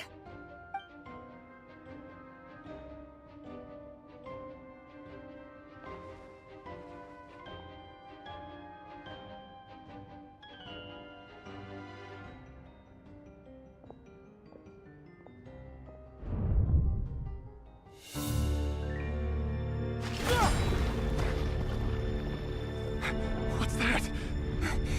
Reverie! So the rumors about your work are true. What? No!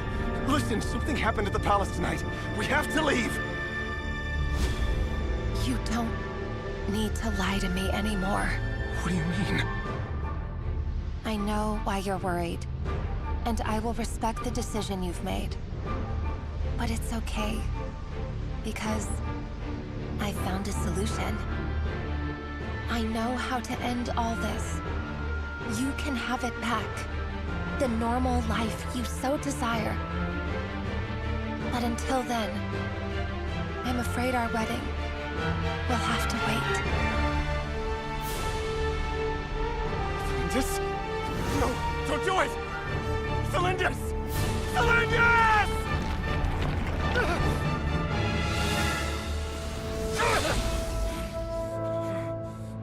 I told you, Ellegia. Let her go. You will find someone better. No! No, I won't do it! I have to save her! By what means exactly? A lowly pawn. You lack the power and the strength of will. Do you know a way? Tell me! Come to the palace. Join us.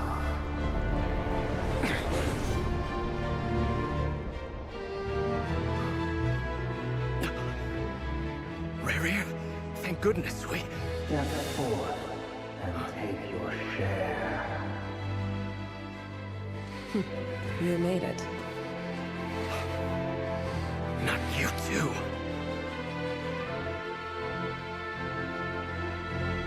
Hatred or grief, despair, desire. We all have our own.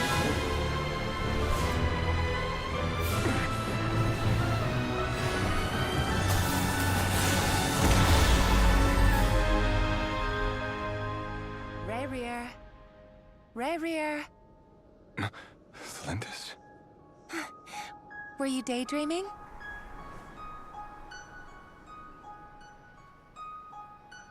You still remember, Rare? That question you asked me a couple of weeks ago? Oh. You mean the proposal? Yeah.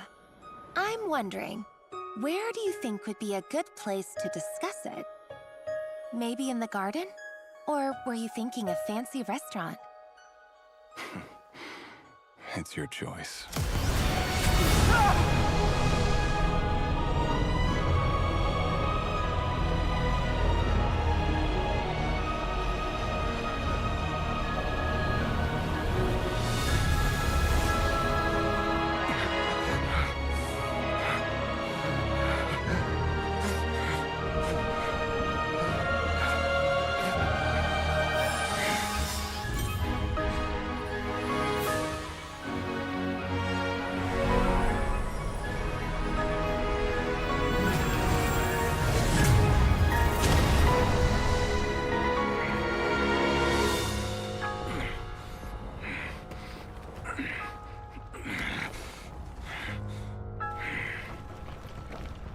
I will find you.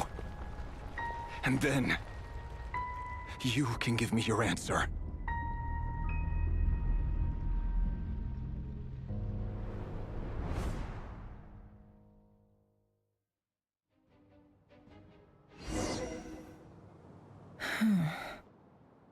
So that's how the Raker of Solnari was born. A monster created by circumstance is a monster all the same. Viewing other people's thoughts for too long can get uncomfortable. Right now, I'm feeling a strong sense of loathing.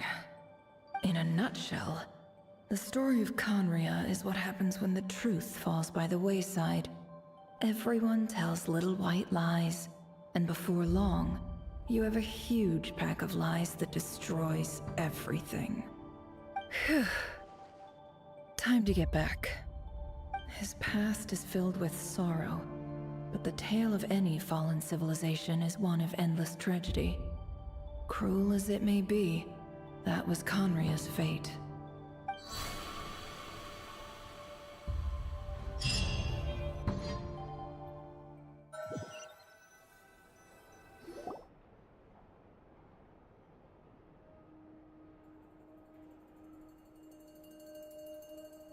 Everyone, I'm back.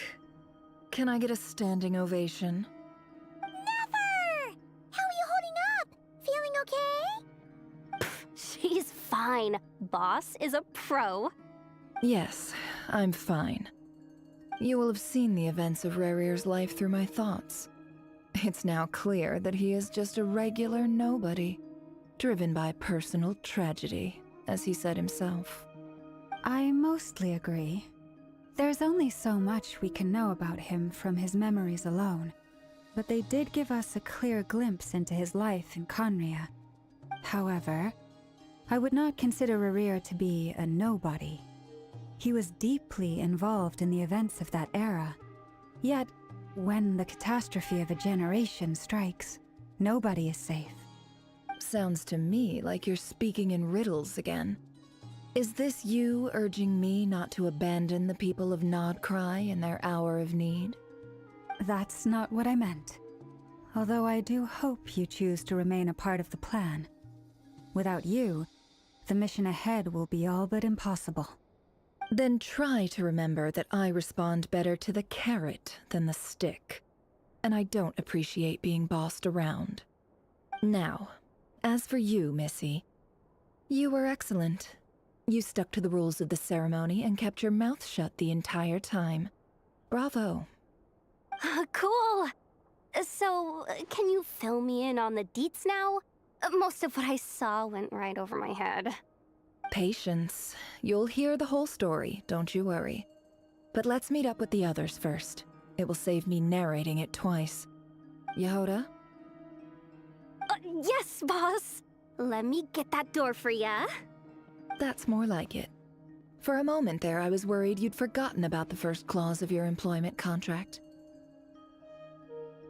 Forgive my curiosity, but what does the first clause say?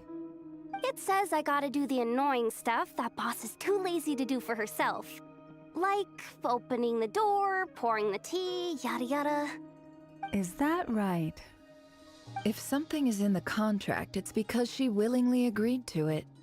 Rest assured that the Curatorium abides by the very strictest of labor policies. You don't seriously think I'm cruel enough to treat her like my slave. In any case, I've hardly shied away from my share of the work today.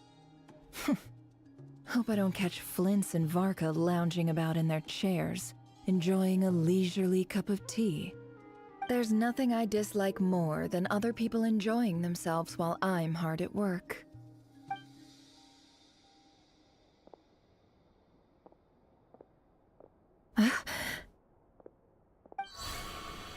Oh no.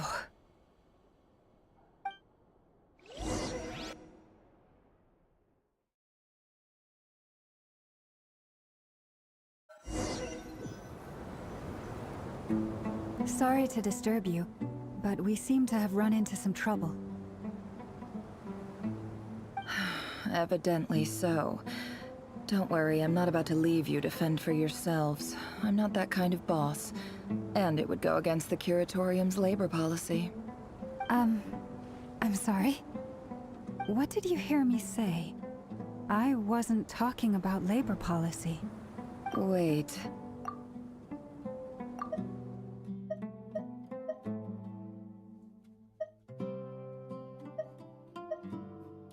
How long have I been standing here? Not long. You just appeared by the door a moment ago.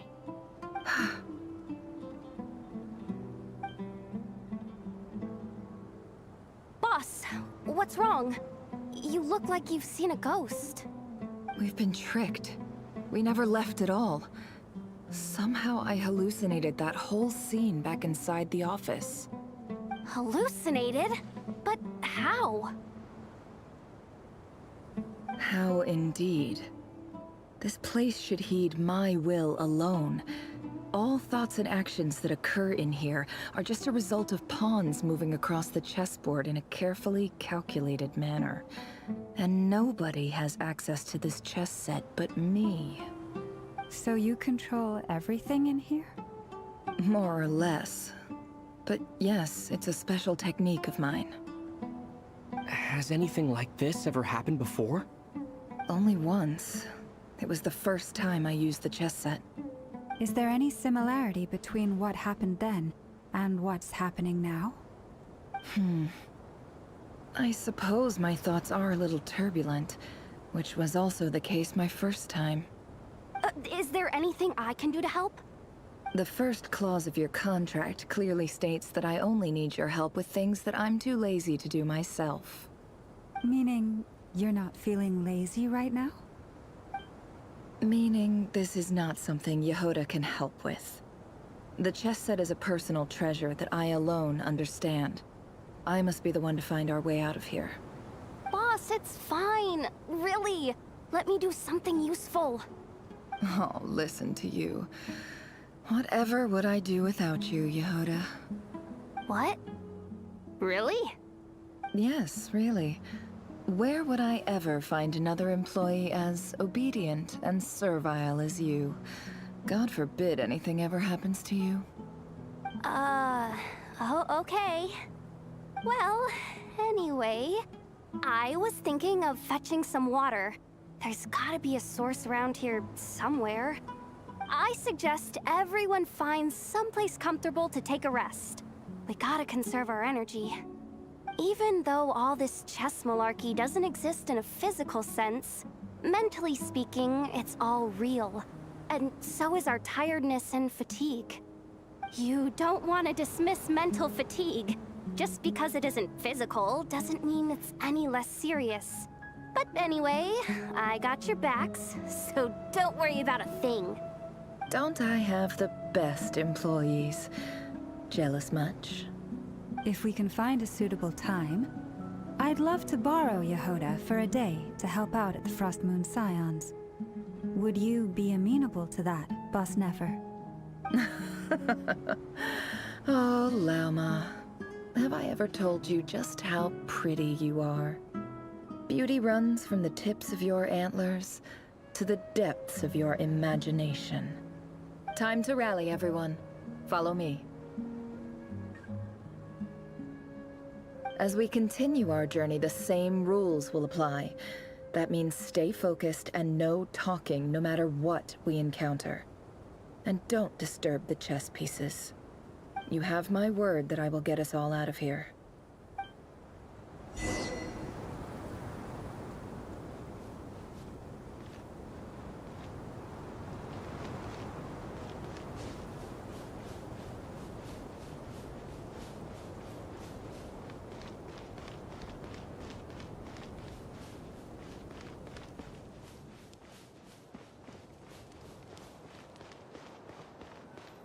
This place looks familiar. That's not a good sign. There's someone up ahead. Time for a little chat.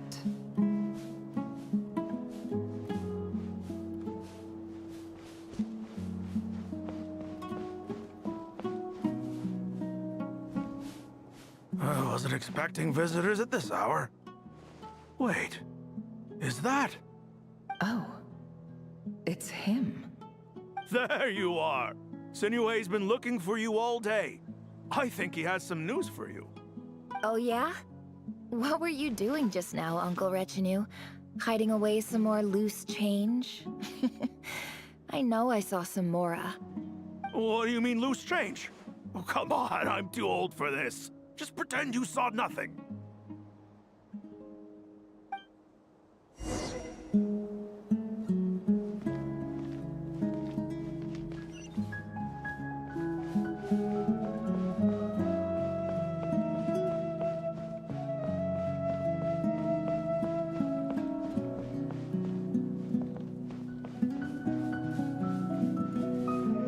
Hey, kid. Mind telling me what Sinuhe's been up to recently? I'm trying to get in his good books and I need a way in. Get in his good books? Why? What do you want with my dad, Uncle Apepi? I've written a new song. I was hoping to showcase it at the next festival, but I'll need his approval. A new song, huh? I'd love to stay and listen, but unfortunately, Uncle Retinue says my dad's looking for me. Well, there's plenty of time and I'm not going anywhere. See that pile of stones? I'll be sitting there warming up my vocal cords. Come find me when you're done. Pile of stones. Got it.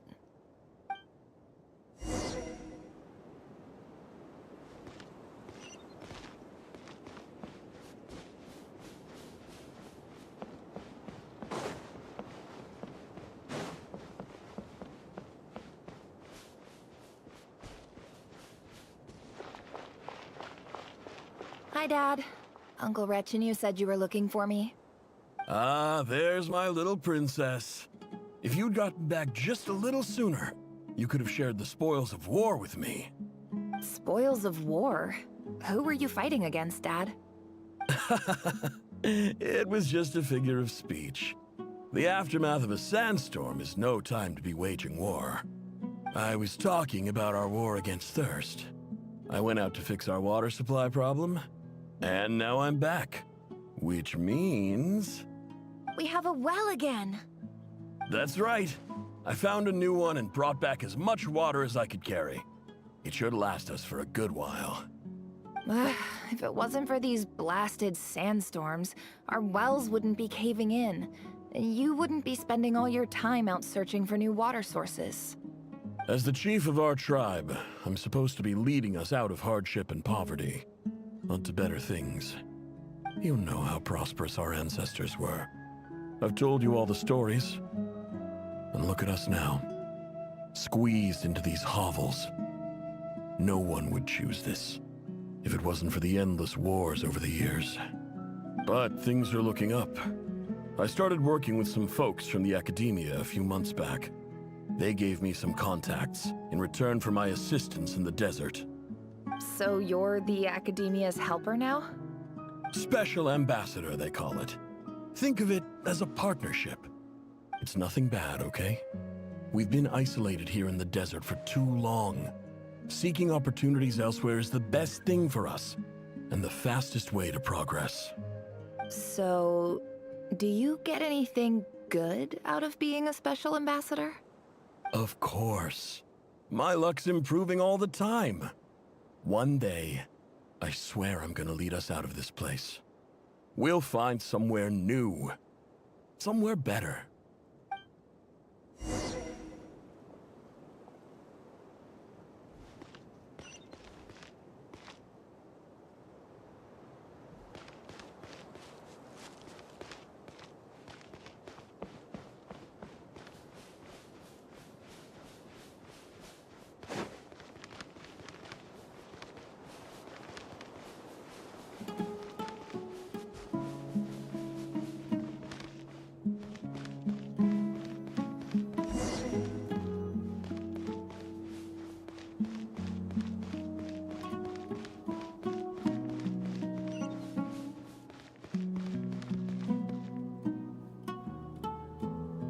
That's our well, and you know it.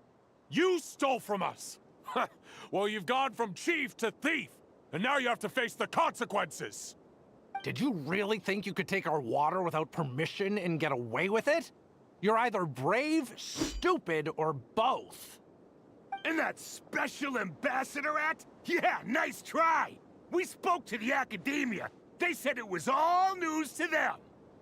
You're a liar and a cheat!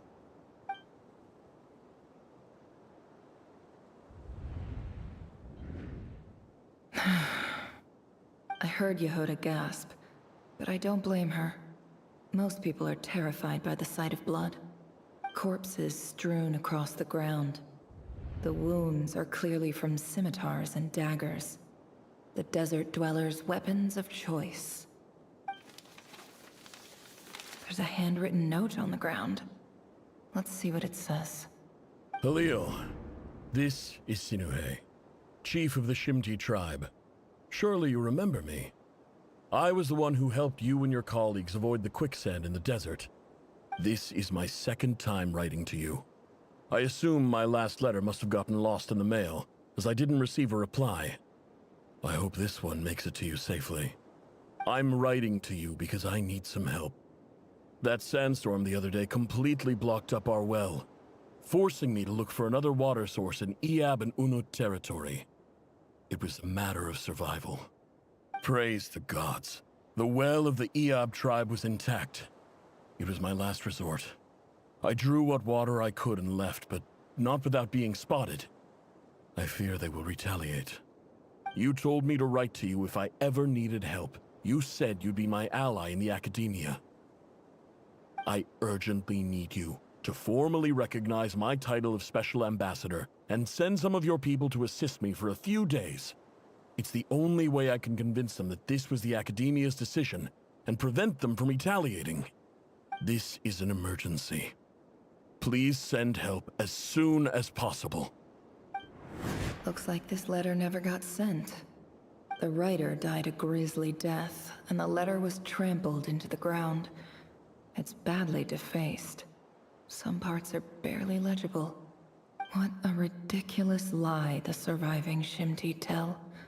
Their whole village was butchered over a sip of water.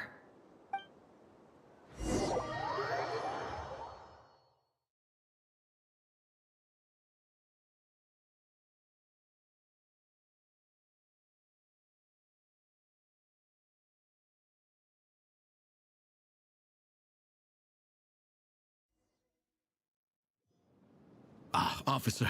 Welcome. Welcome to our humble village. I thought you would at least have the courtesy to provide some respectable libations.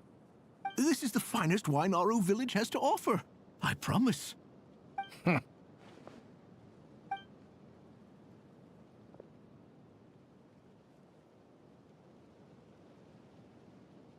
The Academia has agreed to reserve a single space for a candidate from your village.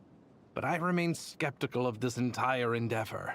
I highly doubt anyone in this desert possesses serious academic potential. Please, have faith. If not in us, then in our god. The child we found shows great promise. I beg you, take her away from this place. Give her a chance. Don't let her talent go to waste. I don't recognize her. New arrival? She showed up here a few days ago, and we took her in. She's a really bright kid. Please help. I'm begging you. So, where are you from? Nowhere special. Just a sand dune. What about the rest of your family? How many of you are there? Just the one. It's only you? Correct. So, no brothers, no sisters, no mother or father? Any who have slept on a bed of sand, I call my brothers and my sisters. Apart from that, I have no family. All right. Get over here. Sign your name on the form.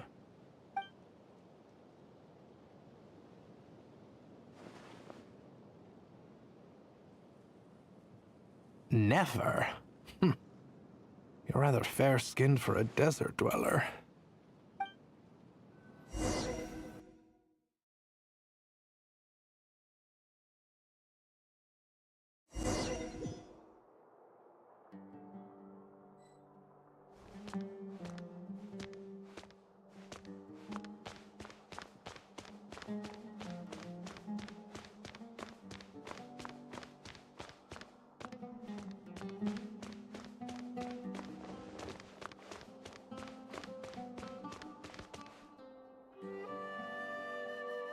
Nefer, this term's assignments have been issued already. Please read through the materials thoroughly, conduct your own additional research, and then write an essay on the topic. Yes, Professor, I'm aware. I just had a couple more questions I wanted to get your perspective on. Oh? Please, ask away. Well, I saw the other students' problem sheets, and I couldn't help but notice that my assignment is much easier than theirs. Do you really think I'm a weak student? A weak student? Goodness, no. Quite the opposite. You have a sharp mind. Almost too sharp.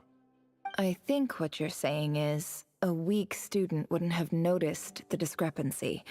And if they did, they certainly wouldn't complain about the lighter workload. You see, sharp as they come. You see things the way they are, and I'm sure you know why they're like that. Because of where I come from. Because I'm different. I'm sorry, Nefer. I don't like it any more than you do. It's just... Anyway, you said you had a couple of questions. What's the other one? I wanted to check. If someone sent me a letter to the academia, where do I go to collect it? Ah, your family wrote to you. Well, as long as they put your name on the envelope, someone should hand it right to you. Not exactly. It's not even a recent letter. I was just curious where the mail would end up if no one collects it. The House of Dana, I expect. I know there's a box for unclaimed mail somewhere in there, probably sitting on a shelf. Whatever you're looking for, that'd be the place to start. Okay, got it. Thank you, Professor. Oh, don't mention it. Honestly, I feel like I failed you. I'm supposed to be your teacher, but I haven't taught you anything. Hey, don't say that. You're a great teacher, and you do your best for all your students. But the rules are the rules. You're not allowed to teach students like me. It's not just the academia either. The whole world bends over backwards for the successful, and leaves the losers to suffer and die. Oh, my dear child. Don't tell me you've given up on life already. I haven't. I just think that if you want to make it in this world, you have to find a way to become successful.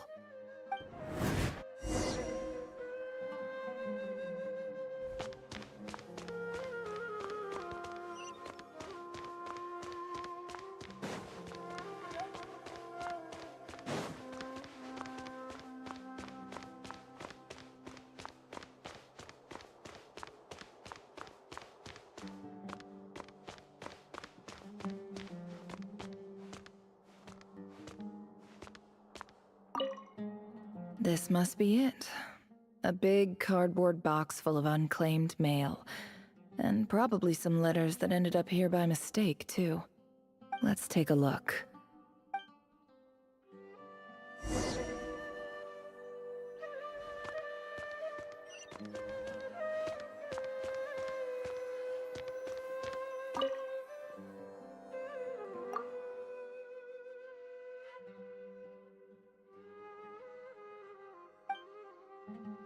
A dilapidation survey from Port Ormos. Looks like it's from a Corps of 30 representative.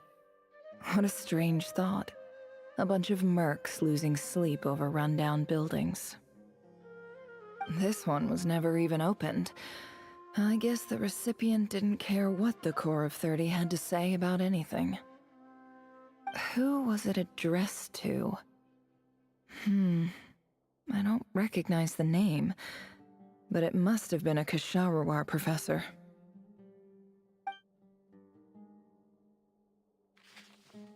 This one is addressed to the Immorta Sage. The title is Changes Observed in Satyavada Life Symptoms. Why do all these letters read like full-blown dissertations?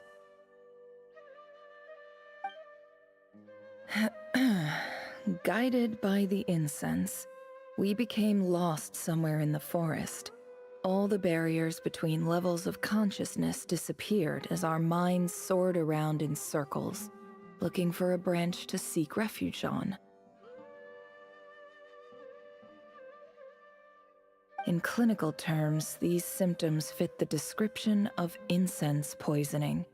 The Immorta Darshan strictly prohibits the use of hallucinogenic substances, but I believe there are still people getting away with it. For example, my neighbor who always breaks out into song and dance after using incense. This seems like something the academia would want to know about. Why wasn't it collected? Wait, what's this written on the back? The note says, "The sender authored this letter while under the influence of mushrooms. I would send it back, but no return address was provided. Stamped by the Grand Conservator of the House of Dana."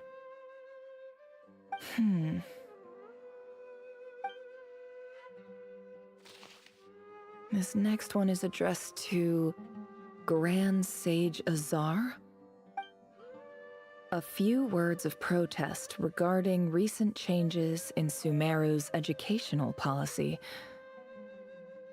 In recent years, the academia has taken on a small number of students from the desert region, as per the policy to this effect. However, it appears to me that these students have not, in fact, been provided with educational opportunities that are, in any meaningful sense, equal to those enjoyed by their peers. As well as receiving dumbed-down assignments and perfunctory tutoring, they do not even have full access to the Akasha system. Education is the fundamental purpose of this institution, which should go without saying in a nation whose founding virtues are knowledge and wisdom. I ask you, is the lip service we pay to the policy of education for desert students truly the standard of pedagogy to which the academia aspires? As Grand Sage, policy decisions are your prerogative. But do not forget your roots. You and I were once students too, as was everyone else in this institution. I do hope you will give some serious attention to this matter. I encourage you to discuss issues like this with myself and others, and listen to some alternative opinions. Great letter. Shame it didn't get to where it needed to go. And the sender is... Huh? Sage Cyrus of Spontamod. I didn't realize anyone else even knew how bad students like me have it in this place. So this is where letters from the Sage of Spontamod end up? Nice one, Grand Sage. Really enlightened leadership. Whatever. This isn't what I came here for. Moving on. I'm not exactly holding out hope that a letter sent from the desert would even make it here. But if it did, where else would it end up if not in this box? I can't believe how much discarded mail there is. Must have been years since someone last went through it all. And this is just one box. The whole House of Dana is boxes on shelves. I don't believe for 1 second that any human being has sat down and read through all the documents in this place. Who has that much free time on their hands? Wait, could this be it?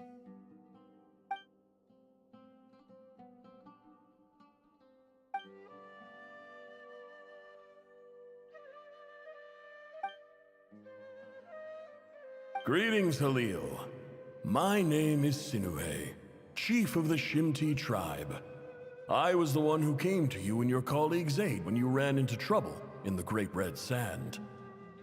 I don't know how well you remember it now, but I brought you to safety and gave you some water and other supplies.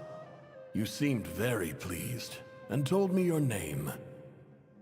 In my tribe, learning a person's true name is serious business, and I therefore see you all as friends. You were kind enough to leave your contact details, so we could stay in touch. The Shimti tribe lives a harsh, nomadic existence in the desert. You were sympathetic towards my plight, promising to make me a special ambassador of the academia and help us find a way to make a better living. This brings me to my reason for writing. Our tribe has fallen on particularly hard times, and I would like to ask for your assistance. There was a terrible sandstorm a few days ago, which blocked up the well in our land. To ensure my people's survival, I had no choice but to venture into Eob and Unut territory. The Eob and Unut are descended from the Thamudians, while we trace our ancestry to Tulatala. We worship the Lord of Flowers and have had relatively good relations with our fellow tribes up until now. I found a well belonging to the Eob tribe, They declined to help us, but I really had no other option. So I took some water to keep me and my tribe alive. My actions are certain to incur their wrath. When we met, you assured me that you would be my ally in the academia. I would like to take you up on that offer, because I really need your help. I wonder if you could send an academia representative to meet with me. That aside, the last time you were here, you mentioned that the academia had started accepting students from the desert, and I told you a little about my daughter, Nefer. We have next to no resources here in the desert, and my power and influence are limited. Would you consider enrolling my daughter at the academia? She is a smart girl. I know she won't disappoint you. From the outset, the academia never took you seriously. Those things they promised were just empty words. I doubt they even remember the name Sinue. And you were so emphatic that your luck had finally changed for the better. You swore you'd lead us to a better place one day. You spoke with such conviction, like you were the most powerful chief in the whole desert. You liar. You lied about everything. You promised the world and delivered on none of it. And who fell for it? Just me, by the looks of it. Despite your best efforts. Which makes you a pathetic liar. You weren't even any good at it. I think I'll take over from here.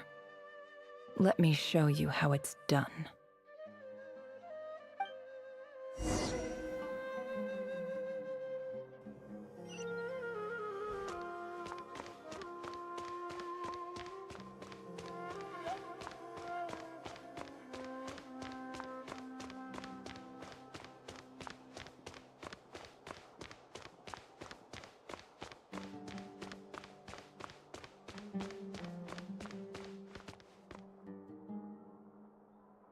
I just came to say goodbye. Thanks for everything you've done for me in my time here. Nefer? You packed your bags. Where are you going? I'm quitting. Something's come up in my hometown. Gonna head back and deal with it. Huh? But this was a hard-won opportunity for you. You know that better than I do. It was. But it doesn't matter. I have more important things to deal with, and they can't wait. Oh, and I didn't want to overfill my bags, so I left some incense on your desk.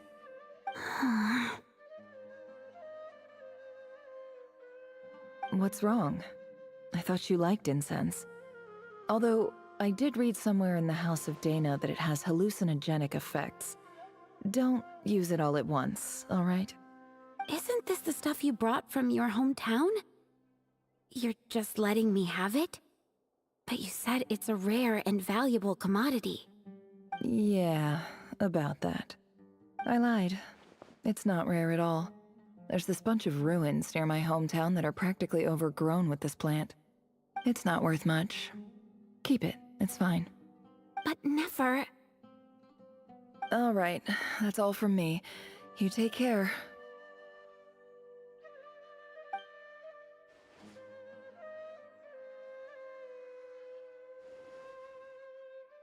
Don't forget me, okay? I mean, we're more than just classmates, right? We're friends. Yeah, I'll remember you. I lied again. That incense is worth a fortune, and it's a rare find even in those ruins. And as for remembering her, I have far too much to do when I get back. No time to reminisce. I'll be lucky if I even make it through this alive. But either way, I expect I'll forget you pretty quickly.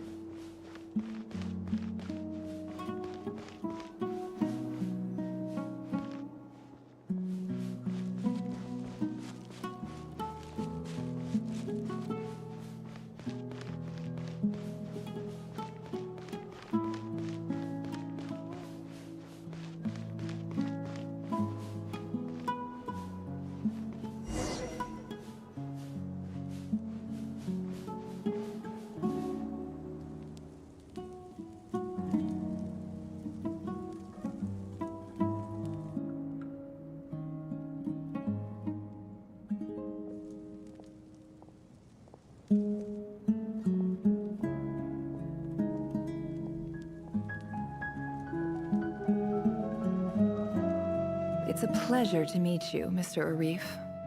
So, what does the Academia want?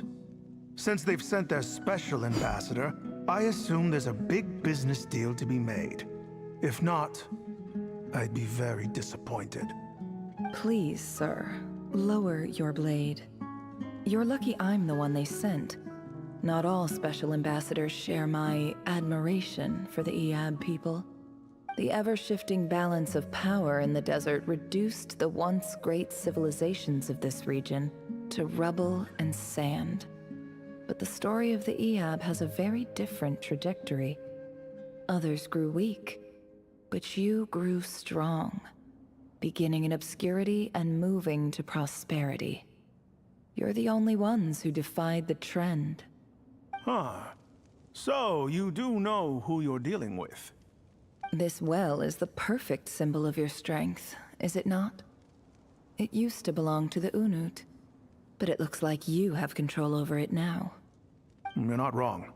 But I'm sure you didn't come all this way just to flatter us. Of course not. I came to bring you some very good news. Some information that recently came to light, which might just be your ticket to freedom. Records uncovered by the Vahumana Darshan show that a certain well currently under Eab control is built on top of some ancient ruins. These ruins are of great archaeological interest to the Academia. I checked the map carefully on my way over here, and I'm confident that this is the well in question. The Academia is offering 50 million mora in return for excavation rights. 50 million? No, wait. If these ruins are as important as you say, 50 million's a little low, don't you think? Don't get greedy, Eab. We know far more than you think. We know that you seized this well by force. Wasn't that the first step in your rise to power? To drive away the Unut and steal their water supply? So what if it was?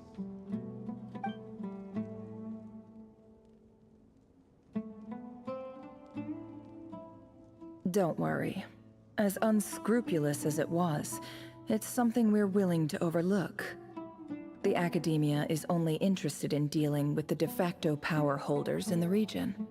I hope I am making myself clear. And I hope your words are the truth. If I find out the Academia is trying to play me, I'll hunt down every one of your people and make you watch as I cut their heads off one by one. I assure you, Chief, that would not be in your long-term interests. You don't want to make an enemy of the Academia. You see how I'm dressed, don't you? I appreciate that you've never been to the rainforest, but surely even you recognize an ambassador's attire when you see it. And what does a barbarian like you have to lose anyway? You really think the Sumeru Academia would bother to come all this way just to lie to you? We have more important things to worry about. All right, I take your point. The Academia is the highest authority in the land. I'm sure you're trustworthy people. In that case, we have a deal. We will sell you the excavation rights. I'd like to thank you, Ambassador. This is good news indeed. Excellent news. In fact, it calls for a celebration. Would you do us the honor of staying a while and enjoying some Eab hospitality? Gladly. I am partial to wine myself, and I trust you are as well. So let's indulge in a few drinks together, in celebration of this momentous occasion.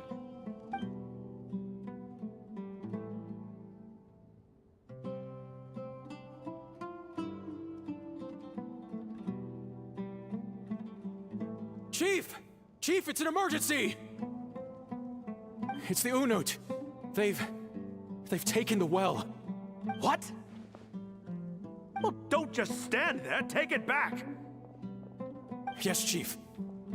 I have every confidence in the Eab's military superiority, and yet, What is it? The Unut's response was alarmingly fast. The day after we reach a deal, they seize the well. This can't be a coincidence. Perhaps there is a traitor in your midst. I don't think so. I am obliged to remind you, Chief, that the Academia will only deal with the de facto power holders. If you cannot regain control over the well, I'm afraid you won't see a single mora of that 50 million. No! Please, Ambassador, just give me some time. I swear the Unut will not get away with this. That well is ours, and so is the mora. Glad to hear it. I will wait here for an update. If there is a traitor, I will find them. In the meantime, make yourself at home. I'll report back as soon as I have an update. Much obliged. Wow.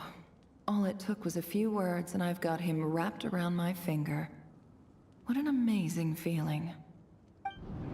So, in summary, Ambassador, the Academia would rather negotiate with our tribe instead of the Eab, yes? The Eab are ruthless murderers who don't listen to reason. And now they have the gall to interfere in our research projects in the desert region. So let me ask you, Chief. If you were the Academia, what would you do? Kill them all, of course. Precisely. The Academia does not tolerate those who stand in our way. The Eab have held back our academic pursuits for too long, and our patience is wearing thin. At the same time, there is simply no way that the Academia can be seen to be intervening in desert affairs.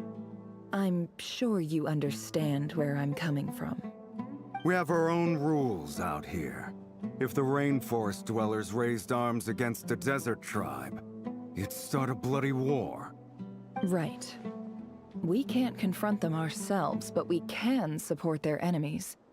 The Unut have always had strained relations with the Eab, which makes you our natural allies. Natural allies. Weren't the Eab your allies once? You were quick to send them after us to protect your interests back when we stole that water. And now look at you. You're at each other's throats. Let me be clear. The Academia wishes to collaborate with the legally recognized rulers of the desert in this matter. We are asking for excavation rights to that well, and our offer is 50 million mora. Say no more. I believe we have an understanding. Good. Then I suggest you get to work. Get us access to that well, and the mora's yours. You see, Dad? Lying is easy when you know how. People will believe anything.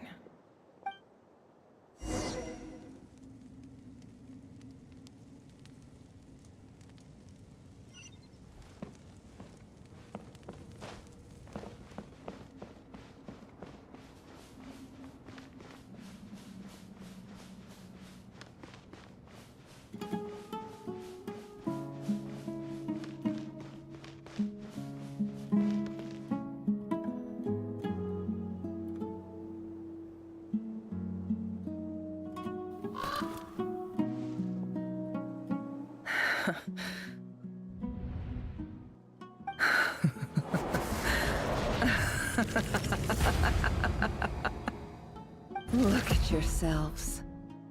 You may be vile, savage monsters, but your butchered bodies bleed like any others. You're no different. You're nothing special at all.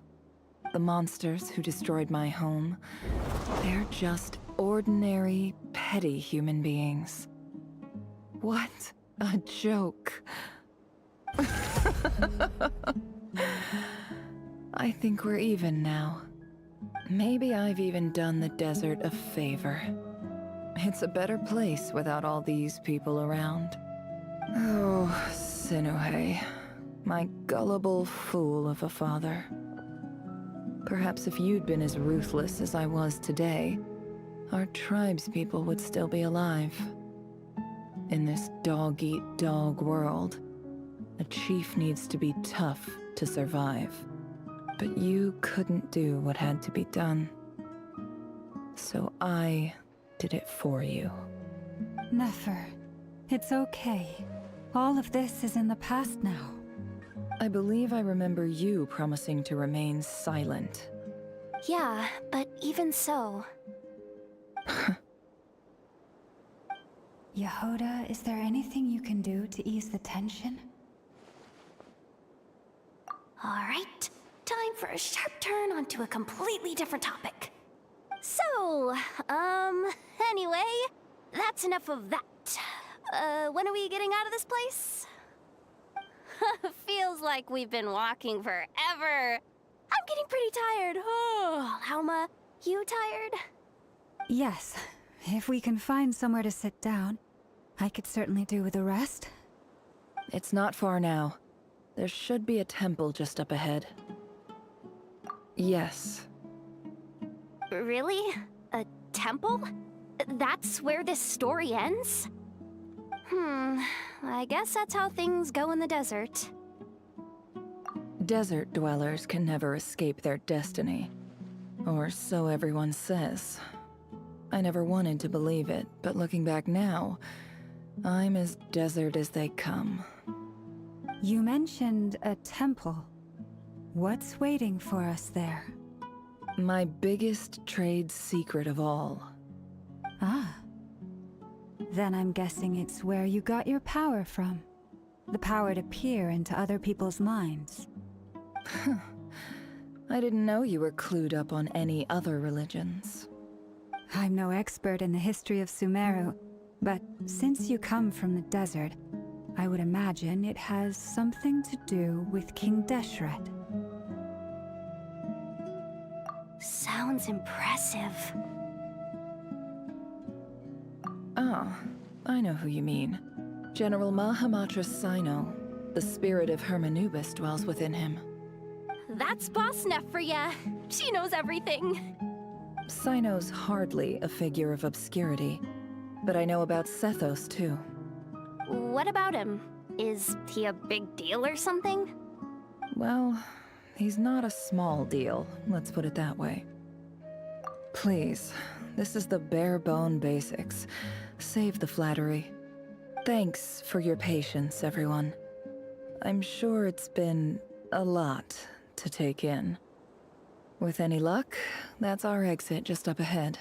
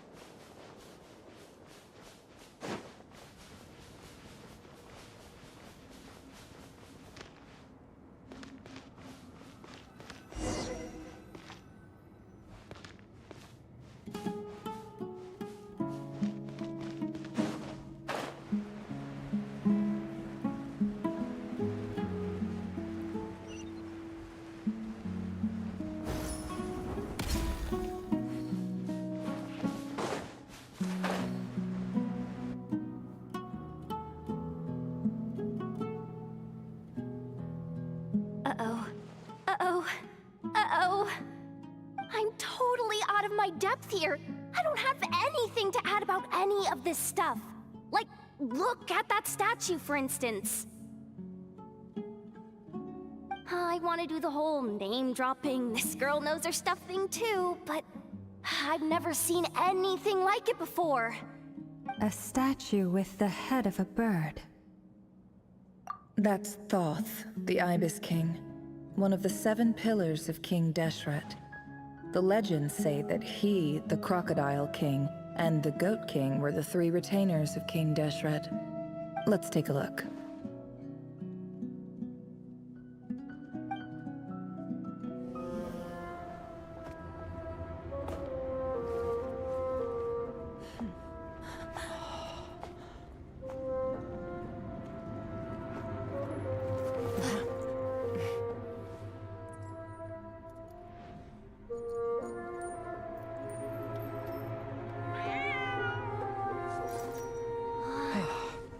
just Ashru.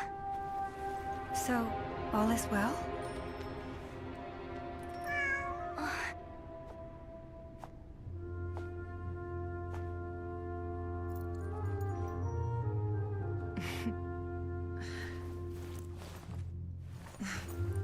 Typically speaking, at this point, the world disintegrates. Then we find ourselves back in the outside world. Besides, these are my memories. There's nothing to fear. You're sure? Of course. It's almost over.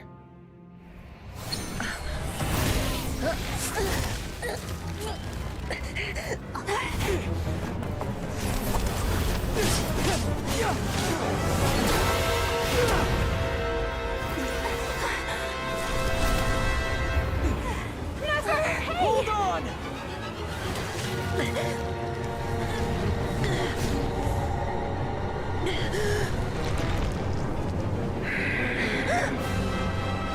Knowing too much is always a death sentence.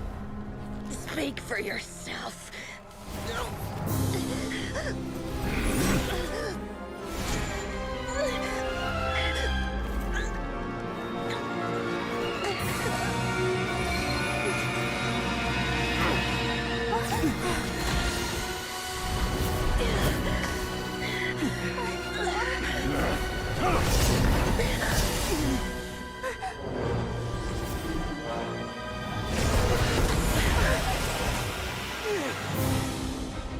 How repulsive.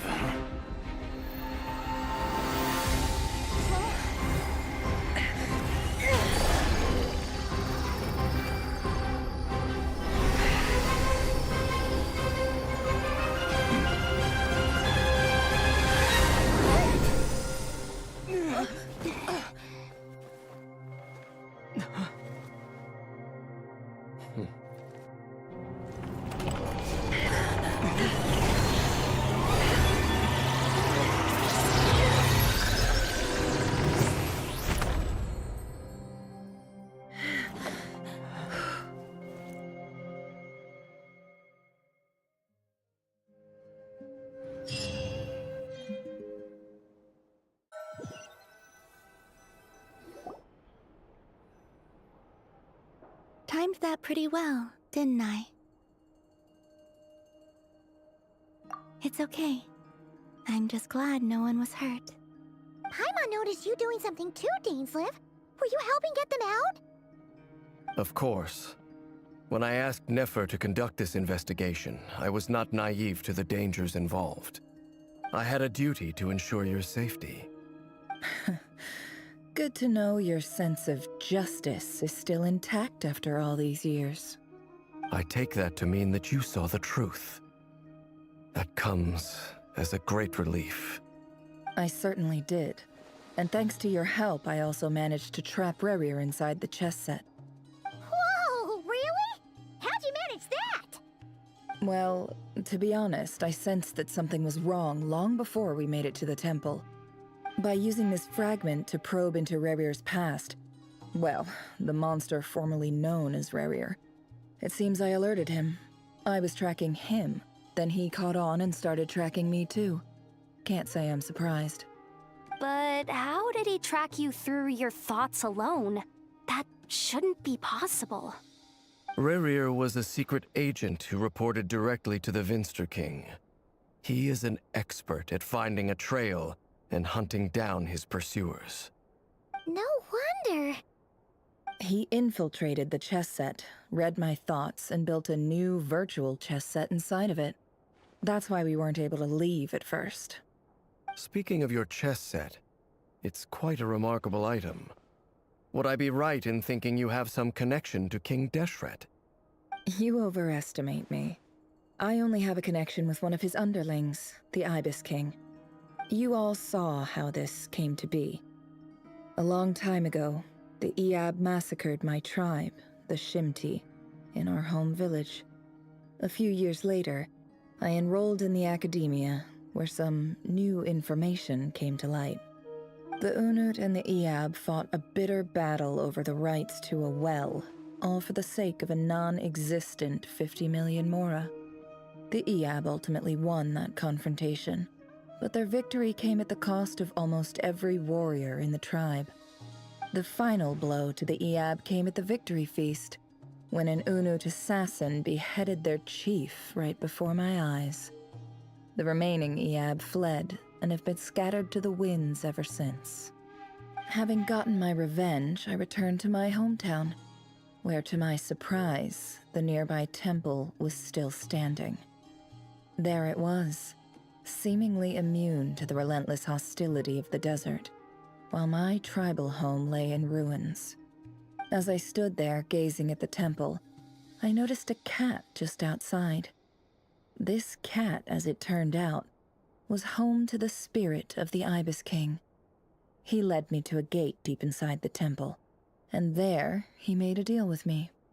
This chess set is my gift from the Ibis King. The chessboard within is made to the same specifications as the one in the mausoleum of King Deshret, and represents his power of piercing analysis. With this chessboard in its container, I gained a certain ability to perceive hidden secrets. Now, you could conclude that the Ibis King simply wanted to give the people of this world the power to seek the truth, but I don't believe that's the full story. Every god plays favorites. Their hearts are as fickle as any human's, full of secrets, perversions, egotistical tendencies. But precious few gods are willing to admit this. It is the same with all powerful forces, including fate itself. Their gaze falls preferentially upon a select few. As you rightly point out, this is an act of favoritism. If you're alluding to the Abyss, then yes, I agree. Gather the others. It's time to share everything I've learned.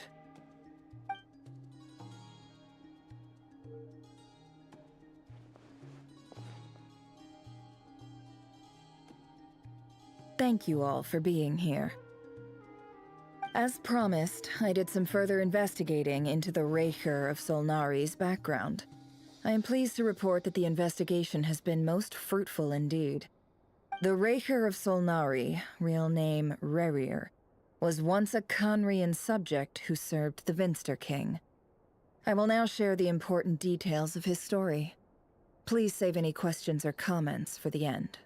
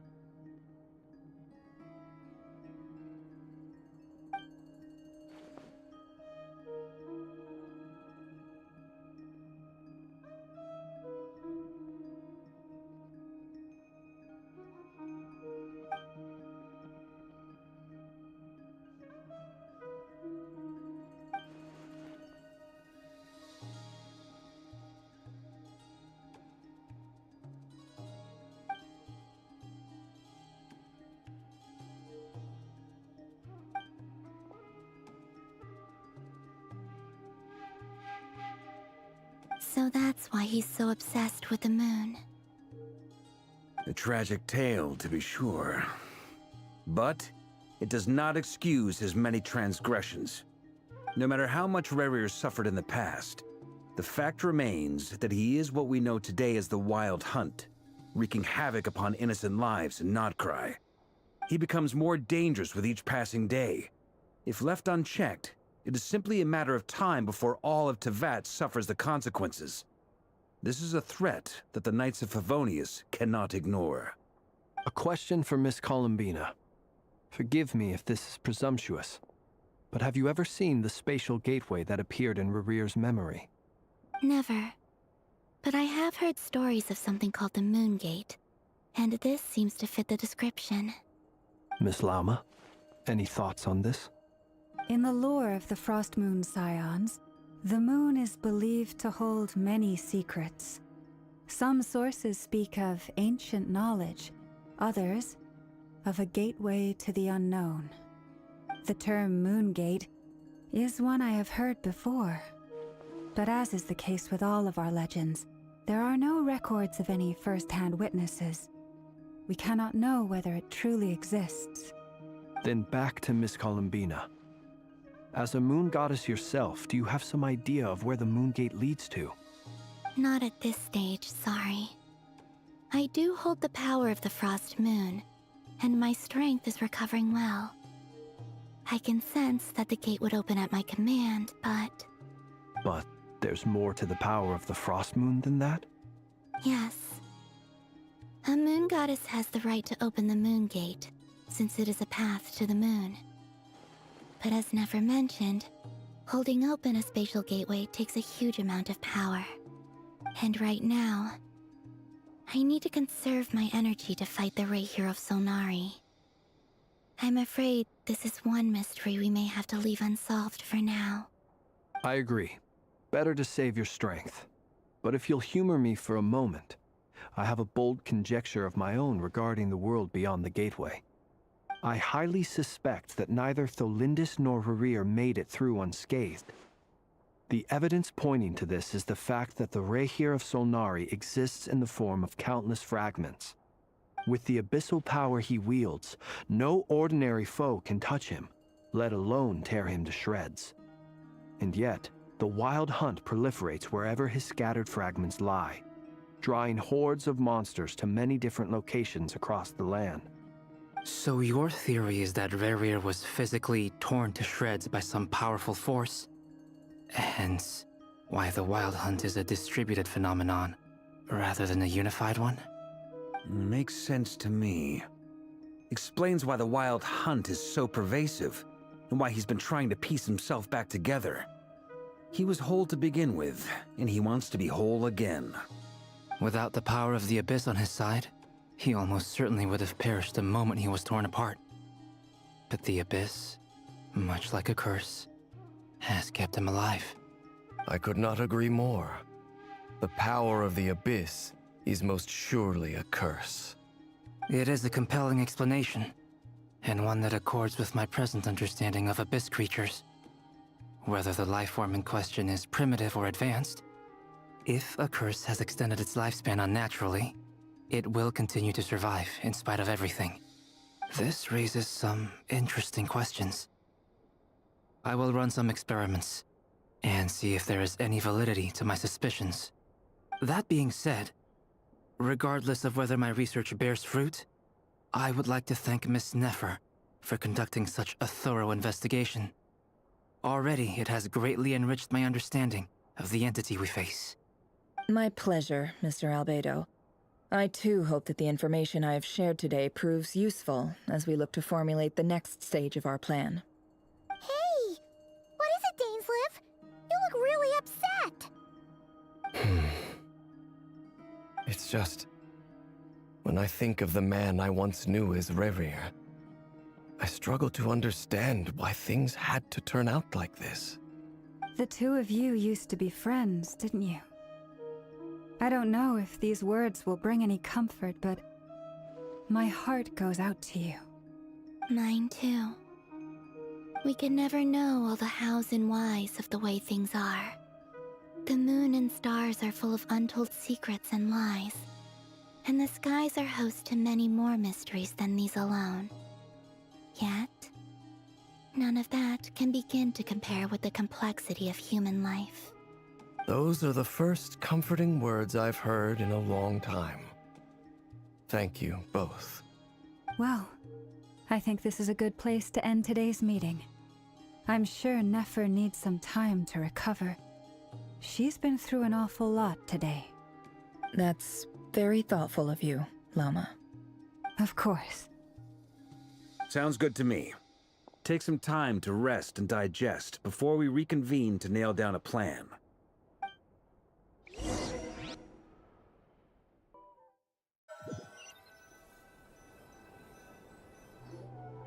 Hey, is this a bad time? Hope I didn't kill the conversation.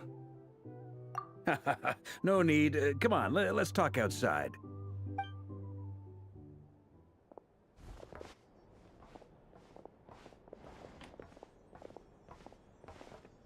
Anyway, Nefer went back to the curatorium to get some rest. But before she left, she shared some things with me that I thought you should be aware of. Firstly, although she managed to trap the Raker of Solnari inside her chess set, there's no guarantee that the power of the Ibis King is any match for one of the 5 sinners. Their powers are beyond our comprehension. It's only a matter of time before he finds a way to break out. We have to come up with a plan and take care of him before that happens. Honestly, my mom figured that might be the case. So, how long have we got? Well, I asked her that same question.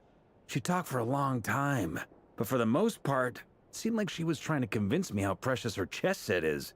What a long and storied history it has. It felt like some kind of sales pitch, you know? The kind where you end up handing over Mora against your will? Anyway, after all that, she finally answered the question. 2 days, at most. 2 days? Holy moly! Can we even recruit enough help in that time? That remains to be seen. Which brings me to the second issue. Dainsleif is obviously conflicted about this whole thing. But given how little time we have, there's no way we can pull this off without his help.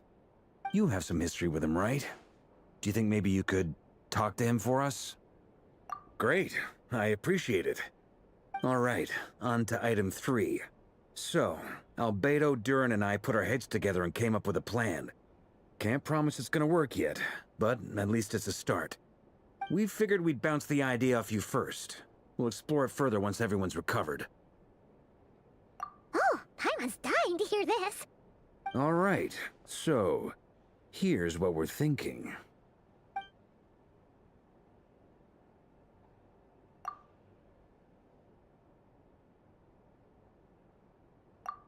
We felt a little uneasy about roping you into this. I mean, firstly, you're not locals, and secondly, none of us are your boss.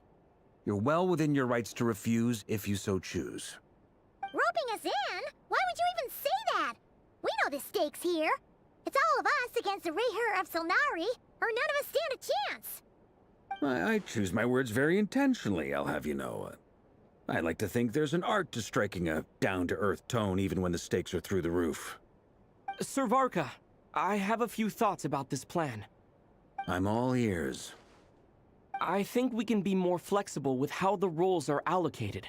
In my view, the most sensible lineup would be like this.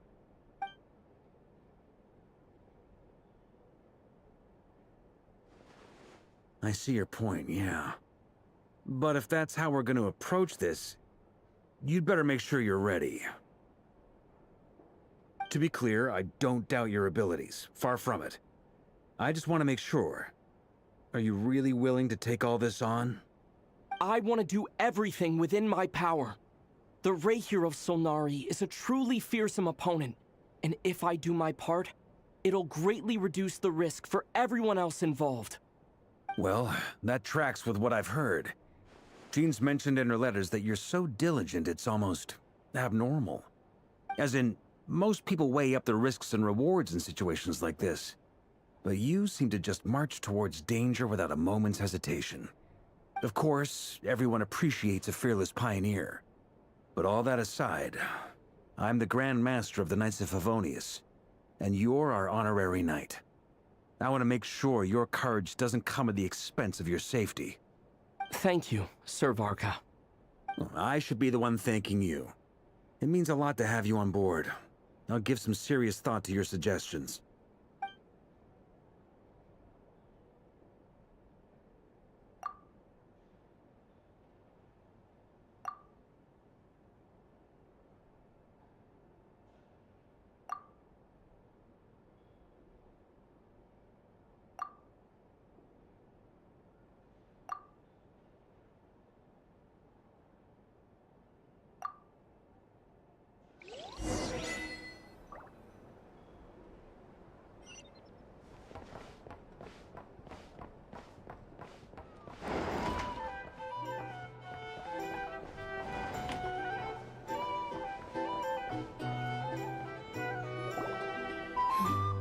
This is a thorough plan, but I do have one last question before we take action.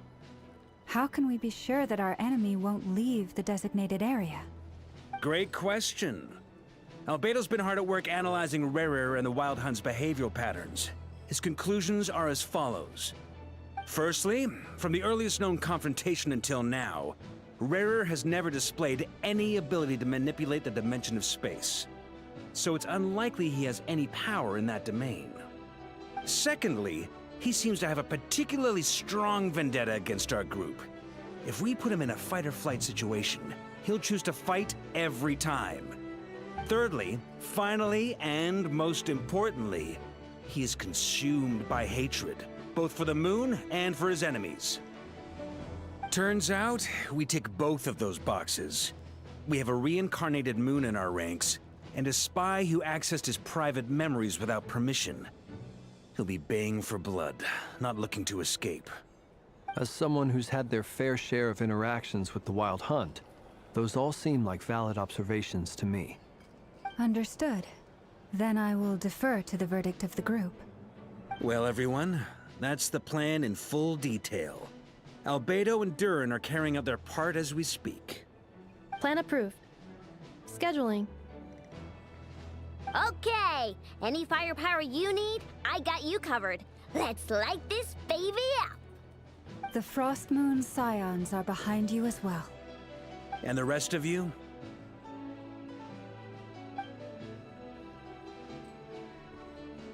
No objections?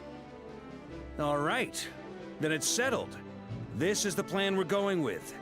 Next up, an old tradition of mine. Anyone who wants to back out, now's your chance. Wait, we can still back out of this? Everyone says things they regret, right? I don't want anyone feeling trapped because their mouth said yes before their brain had time to think things through. A very people-first approach. I hear that's common practice in the Knights of Favonius. Heh. Who'd you hear it from? D-Luke? Shh. We don't use people's real names at work. This contact will be known only as Owl, please and thank you. This plan can only work if everyone does their part. Flint's and I will absolutely support it. We shall indeed. You'll be glad you accepted our help. Also, you are the last person I expected to see here, Miss Dory. It's not often I get called Dory in a work context. My peers usually call me Lord Sangamabe. So, the longer your name, the higher your net worth. Is that the idea here? In that case, Mr. Flint's here must be worth a fortune. That's right, I know your full name. It's... The walls are thin here. I'd appreciate you keeping that a secret. Okay, fine. Ugh, I'm actually only here as a favor for someone else. Do you have any idea how much it would cost to hire me otherwise? Oh, does this mean someone out there actually has the power to boss Dory around? It most certainly does not. We have a long-standing and mutually beneficial business partnership. She's actually the mom of a friend of yours. Said mom supplied me with a great little trinket, but now that lady's ruined everything. If I don't start building a little goodwill now, my whole business in Notcry is gonna go down the drain! Okay. So what exactly is so special about this pendant? It's a lucky charm that a great mage made for me. We have a business relationship, and she was worried that something bad might happen to me. So, she wanted me to have something that can store power to protect myself with. I finally got it all fully charged up with Kovaki, and then never went and used it all up at once! Never lost so big in my life! You're right. It was all my fault. I didn't mean to drain all the Kuvaki in the pendant, but I'll make it up to you. You will? Well, in that case, how about you give me your chess set, and we call it even? I knew you'd say that. Well, it's yours if you want it. In fact, take it now, and I'll even throw in a free Raker of Solnari. Deal? You're putting me in a difficult position here. It's a very useful thing to have around, but I have a funny feeling it won't be around much longer. I guess we'll see in a couple of days. Looks like bankruptcy for me. Hey, don't be so pessimistic. See this through and you never know. You might find a new business opportunity on the other side.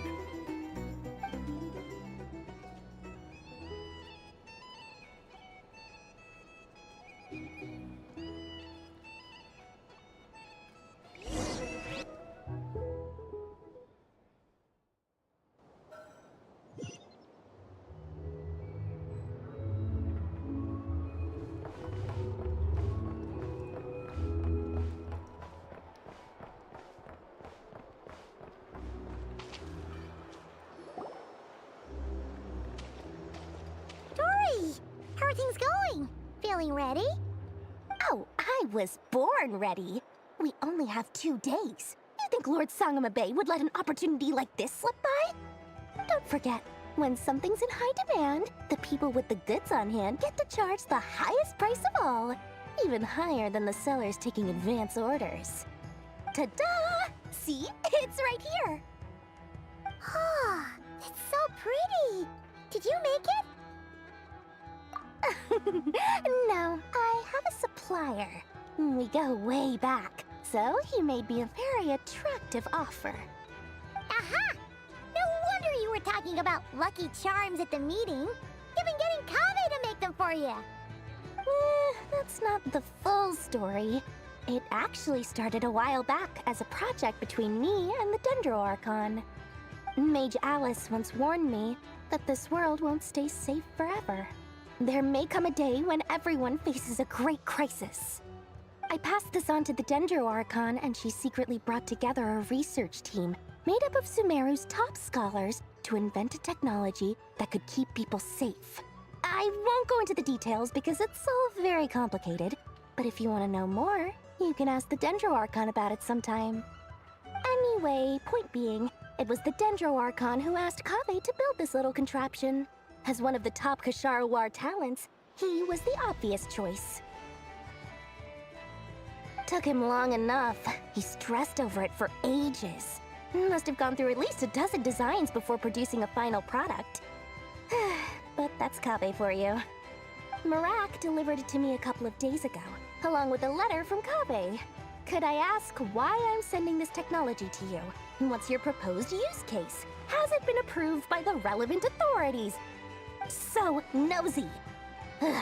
My fault for sending him the research permit to begin with. Surely Nahida must have told him you were involved in this project. He was probably just nervous because you're always so secretive about your business. Could be, could be. Anyway, I just replied, let's hope there never has to be a use case, because it would involve grave danger. Fair enough. But it sounds like he was just being cautious. He probably felt responsible as the one who made it. Or maybe he was asking as a favor for his housemate. He's done that before. Not sure why, though. His housemate doesn't seem to really care that much about this kind of stuff. Either way, all's well that ends well. I'm just glad to finally have my hands on the product. I wouldn't want to be without it, given the potential dangers that lie ahead. Huh? What does that look mean? Paimon's just super surprised. This must be the first time we've ever seen you actually get serious about something. Well, a long time ago, I made a promise to myself. I promised that I was gonna live every day of my life with a big beaming smile. Obviously, Mora plays a big part in that. But there are always gonna be times in life when you have to give something back. That could mean paying back a debt, returning a favor, or showing some kindness. Alice has been a huge help to me over the years. She was the first investor I ever had. And I want my investors to know that Lord Sangamabe is the best in the business. And more than that, no one knows what the future will bring. Whatever happens, I want to make sure the Dendro Archon and all of Sumeru is prepared to face whatever comes. Oh, that? I was just making sure Nefer and I are square. Don't be thinking it was some sort of benevolent act. I'm no saint, so don't treat me like something I'm not. My priority is doing the business that I want to do, so long as my conscience lets me, but it usually does. That's the Lord Sangama Bay business model. All right, if you say so. I do say so, and that's the whole point. I'm a businesswoman. Don't go trying to figure out what kind of person I am. You'll exhaust yourself. Much easier for everyone involved if you just take my word for it. Oh, and could you two help me get this stuff where it needs to be? Thanks so much. You're my favorite assistants.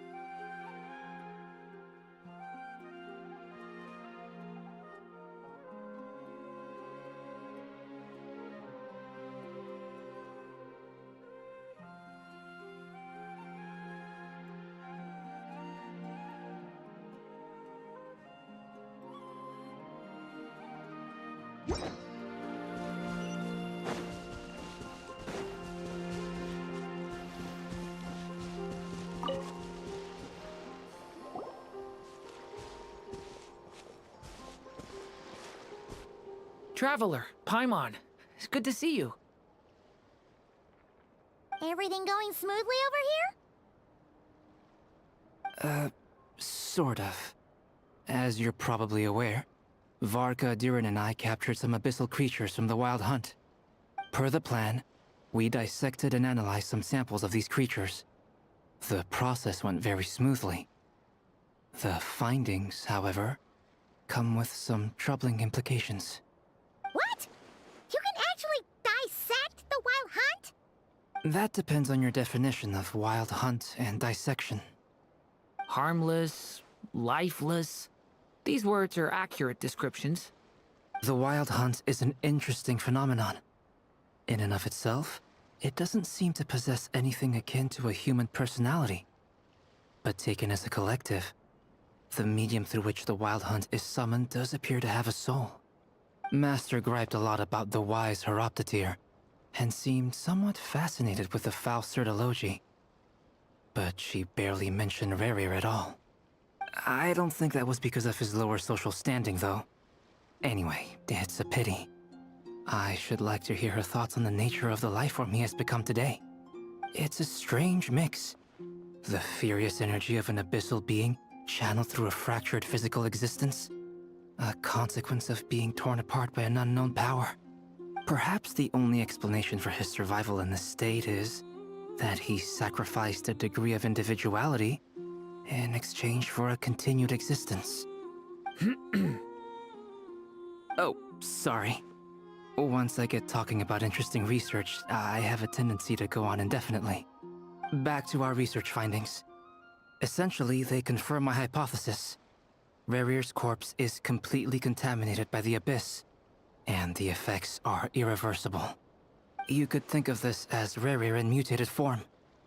But in my view, even that would be inaccurate. In reality, his whole being has been consumed by the Abyss. In other words, he is now nothing more than a manifestation of abyssal power. Unfortunately, at present, we have no means of completely eradicating abyssal power. Hence, we cannot fundamentally destroy the Reihir of Solnari either. Oh, that's terrible news! So, that's it? We can't defeat him? Not even if we get the power of the Three Moons? Miss Columbina's situation is a difficult one. She can never achieve wholeness when the world does not accept her presence.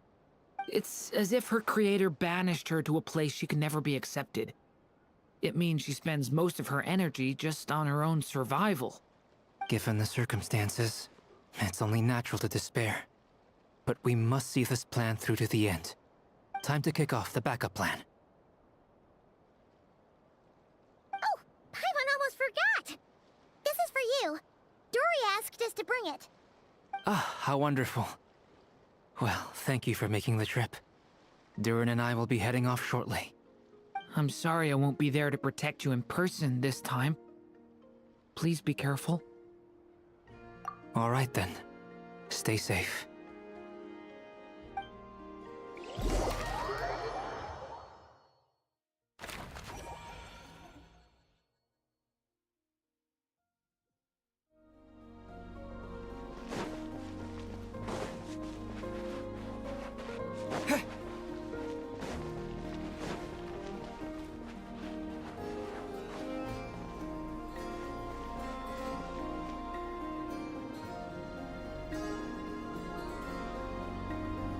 Miss Lauma, is everyone here? Yes. The fate of my flock is in your hands, Grand Master Varka. Please keep them safe. My lady, what are you saying? Within the next 24 hours, we will face the biggest crisis the world has ever seen. This is not a burden that we deserve to bear, but I believe that we reap what we sow in this life. So I intend to act. I must do what I think is right. For me, that means fighting for the future of Nodcry. This gentleman is the Grand Master of the Knights of Favonius, Varka, Knight of Boreas. In my absence, please follow his lead. Hey, everyone. Guess I should introduce myself. Well, to start with, I know my way around a battlefield. Biggest strengths are honesty and hard-workingness. Anyway, point is, I don't intend to let Lauma down. I'm gonna do everything in my power to keep every last one of you safe and sound.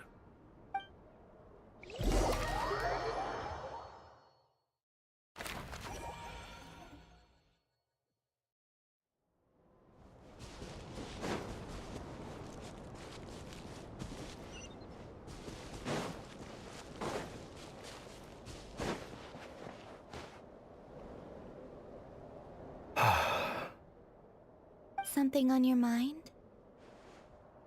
Miss Columbina, was it? I believe that's how the others addressed you. That's right. Names are funny things. Have you always been called Dainslev? Yes. I take it your own name has a more complicated history. I have a different relationship with names than other people. To be honest, I'm not even sure that Columbina is my name. At least, not in the same way that Dainslev is yours. But it's what everyone calls me, and I go along with it. A lot of my life has been that way. I get so used to things that I forget to question why they are so. I never used to think much about where names come from, or what they mean to people. Maybe something's wrong with me. You're different from other people. I sensed it the first time we met. You're more perceptive than most. I'm sure your long life and rich range of experience explains that. Do you ever find yourself missing Conria, Mr. Dainsleif? Difficult to answer. I have dreamed of the past many, many times. Sometimes I'm fighting tooth and nail. Other times I'm lying on the ground, defeated. I don't recall any happy moments from that time. It has been too long. Is that because hatred survives longer than love and affection? That would not be for me to say. I make no excuses for the grudges I bear. But whatever the reason, I remember little that was beautiful or sentimental. Thank you for your help with the Rerir situation. Without your efforts, I never could have learned the hidden truth of his story. You're welcome. I know he's your friend. Friend? He betrayed me. And I never really understood what he was going through in life. Some friendship, that is.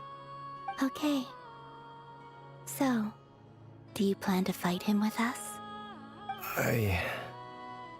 You see, you're torn. Now you know what really happened. You see the things he's done in a new light. I need some time. Of course. I completely understand. Anyone else in your position would feel conflicted too. Actually, I went through something similar myself recently. Something happened that changed my perspective on a situation. A situation I took for granted at the time, but now I feel very grateful for it. You mean the Harbingers who still support you, even though you've left the Fatui? Yes. I always thought they were only helping me because Harbingers are forced to work together. But then I abandoned them. A warrant was even put out for my arrest. And even now, they still support me. Which means I was wrong about them all along. Clearly, they view you as a friend. I feel a little guilty now. I regret not seeing her help for what it was, and not treasuring it. I see the guilt that you're feeling now, because I feel it too. Hopefully, talking about it will do us both some good. Have you noticed that the Traveler and Paimon are over there? I think they've been listening. Huh. Shall we say hello? Sure. Hello. Ah! They caught us!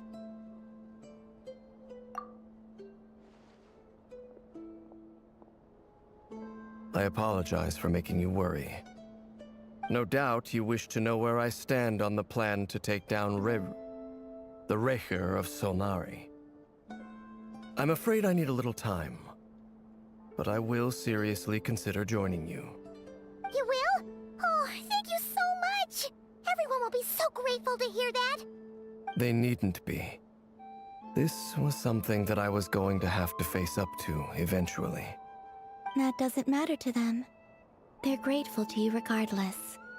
You can't control their gratitude, so just accept it. And then, have a think about whether you're willing to join us.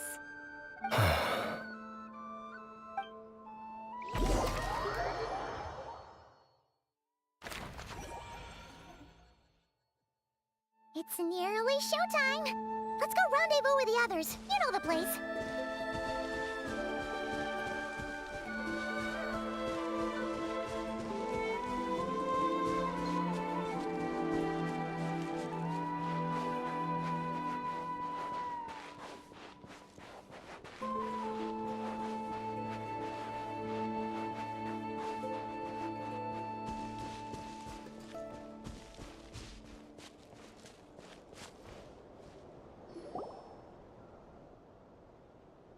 Ah, you're earlier than I expected. Hey, Flint's! Been waiting here long? Not too long. I came a little early so I'd have some time to think. Are you nervous about the battle? Quite the opposite. I'm reminiscing on my past battles. When I was awakened by the Ratniki, I had not touched a weapon in many years. I felt like the battlefield was not where I belonged. But after waging war against the Wild Hunt for so long, I came to realize something. A life of absolute peace is simply not a possibility for me. My restless flame indicates that somewhere inside of me, there is a deep yearning to root out the evil in this world. Oh, that doesn't sound like such a bad thing. Well, in the past, when I was a Fae whose primary concern was hibernation, it was hardly ideal.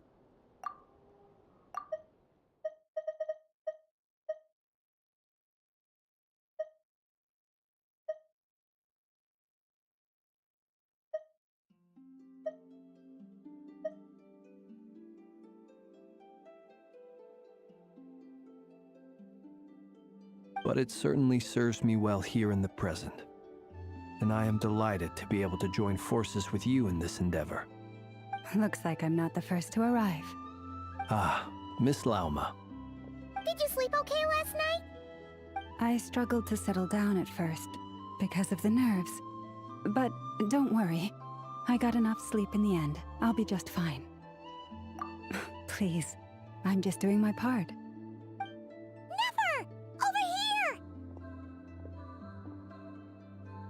Aino asked me to relay a message. She said Anefa will be on high alert and keep a close watch over all secondary districts where defense is required, providing support as necessary. Meanwhile, Aino herself will provide range support to us directly, using her latest invention. Excellent. My thanks to all involved. The chest set's looking a little unstable. It won't hold him much longer. We should be prepared to engage at a moment's notice.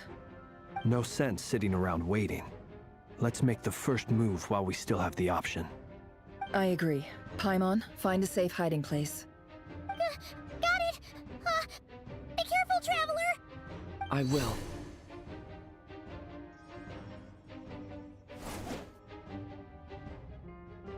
Everyone, take your positions as soon as the battle starts. Every ounce of strength we have in our bones, let us bring to this fight. Ready? Let's go. I've seen all your futile ploys before. You have become the authors of your own demise. I wouldn't be so sure about that. You are merely a moment of sport before I tear down the moon.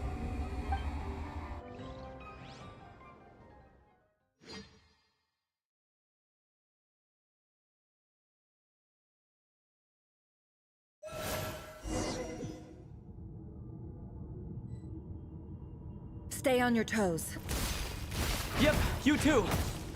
You're just dead meat. Move. Let me help you guys. Take this! Hunt them down. The moonlight betrays you. Move. Be silent. Close your eyes. Pathetic. Observe. Can't hide the truth. It all falls into place. No more lies. Can't hide. Futile. The mystery unravels. Go! It all adds up. It all falls into place. Pathetic.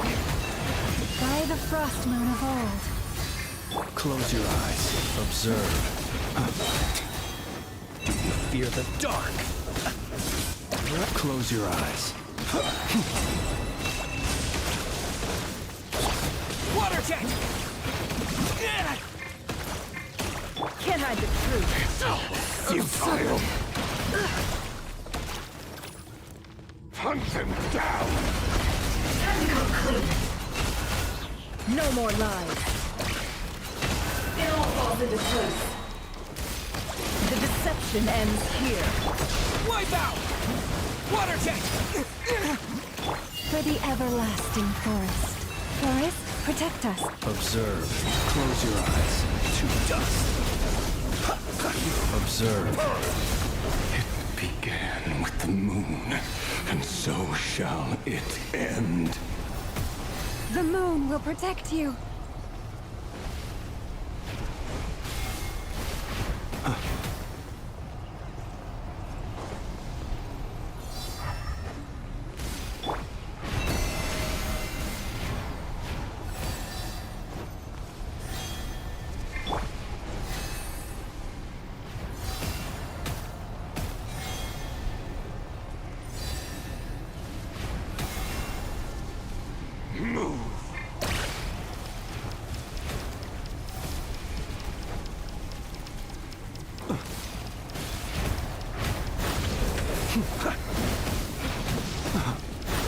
Be silent. Observe. Are you quite finished? Do you see?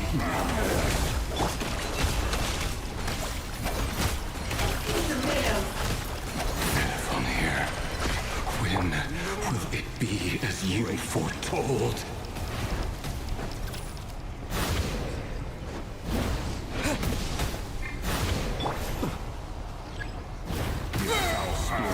Welcome here.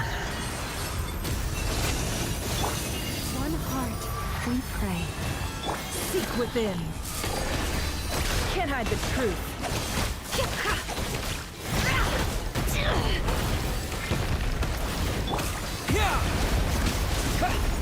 Leave this place. Pathetic! It all falls into place. Futile! How unfortunate.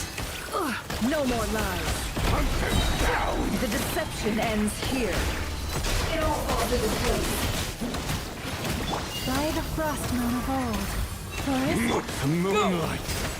Close your eyes. The moonlight betrayed me. Pathetic! It all adds up.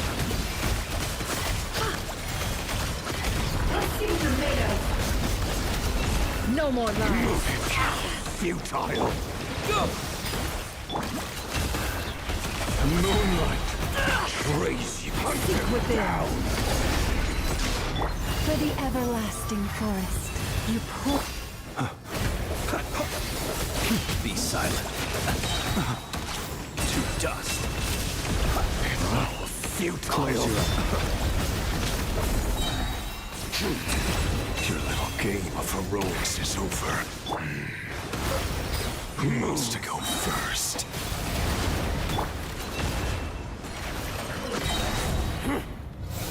No. Get out of my sight! No! We've been separated! Take! You okay? Never! Where are the others? Stuck outside the barrel. Destroyed! It really doesn't hurt. Reborn! I told you reborn or die too much is always a death sentence. Your death is within my grasp. Be careful what you wish for.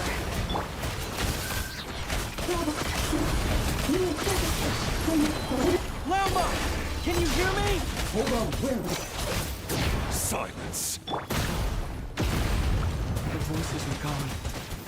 But at least I know they're still there. I need to focus. Stick to the plan. Remember my most important task. Just keep stalling him. If I can stall him for long enough, the moment will come.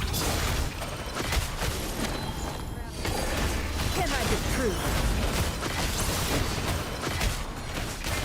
No more.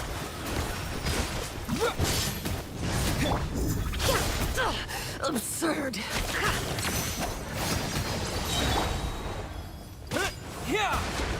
The deception ends here. Can't hide the truth.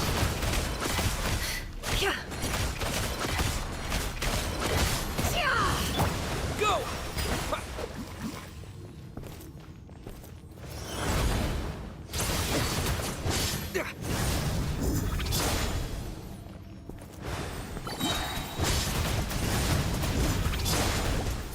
Dead! Nowhere to run, nowhere to hide. Wipe out! It all adds up.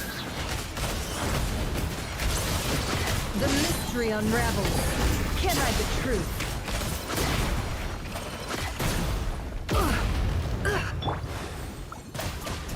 Go!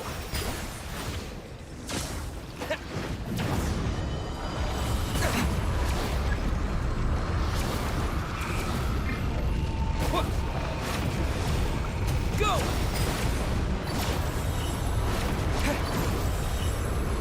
I've got this.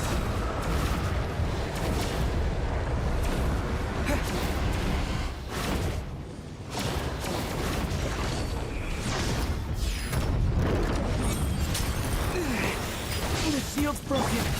I can't keep this up. Don't push your luck. Your death is within my grasp!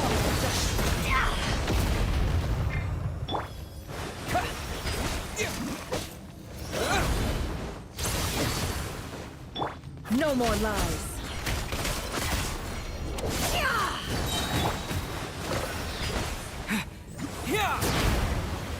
It all adds up. Let's see what you're made of. Let's see what you're made of. Seek within.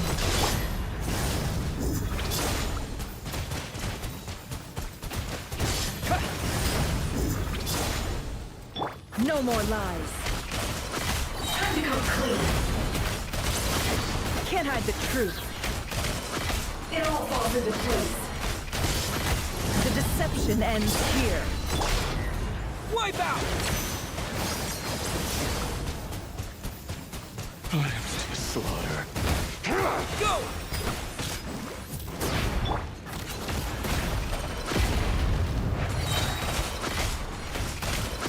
Time to come clean. The mystery unravels. It all adds up. Fate.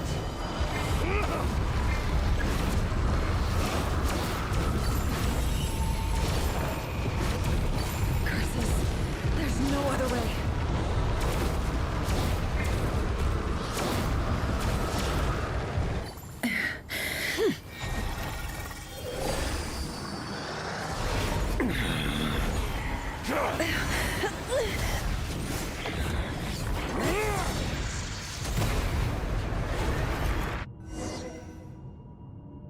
The only way to defeat Rarer is to borrow his own power.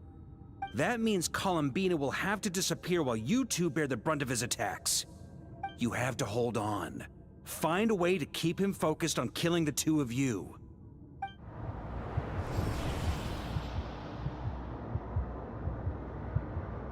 Nefer, your eyes are bleeding. Soon you will be powerless to resist. And then, I will reduce you to dust. But that dust will plague your memories. Come on, keep holding on. Any other tricks up your sleeve? Let's see them. As entertaining as they are, you've backed yourself into a corner. You don't fool me. I see your fear clear as day. I have to stoke his rage. Make him unleash everything. You fear what you could never defeat. You fear the thought of never being able to save your beloved. You cannot win the fight against fate, Rarir. Is that what you think? Well, now it's your turn to feel afraid!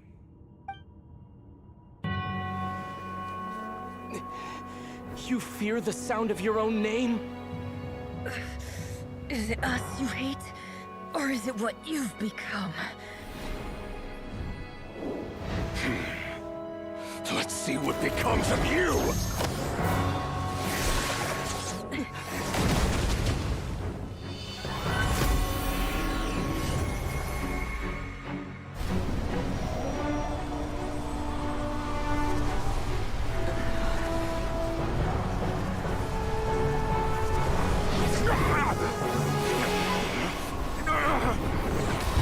What's happening? That power. I've seen it before.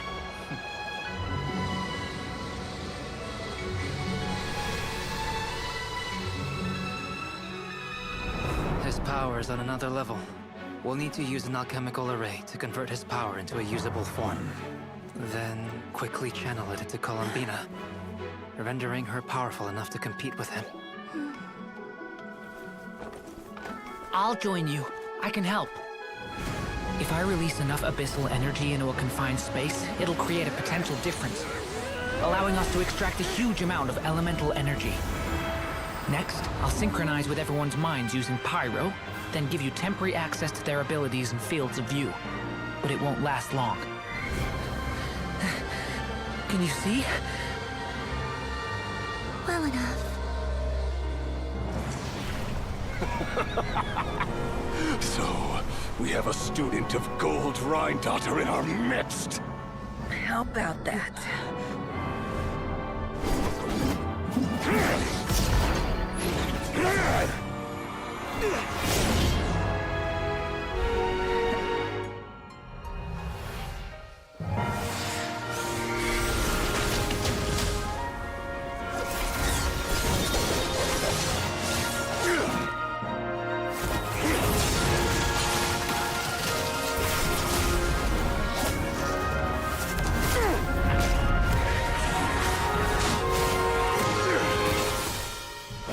You use my own power against me? Just like how you stole Kuvaki. Look familiar?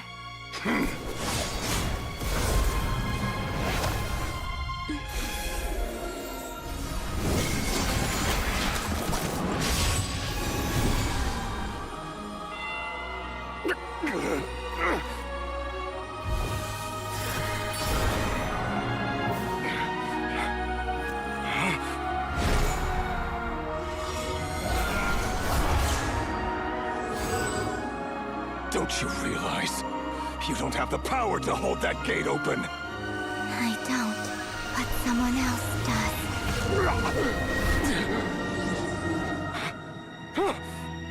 Goodbye, Rerir.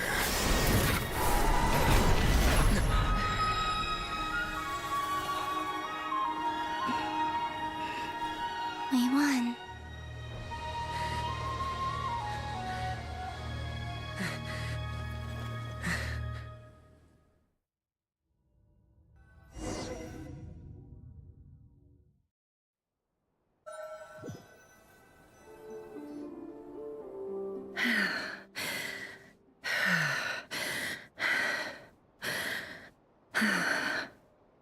Nefer, how are your eyes? They're fine. Apart from the blindness, of course. It's not too late. Let me handle it.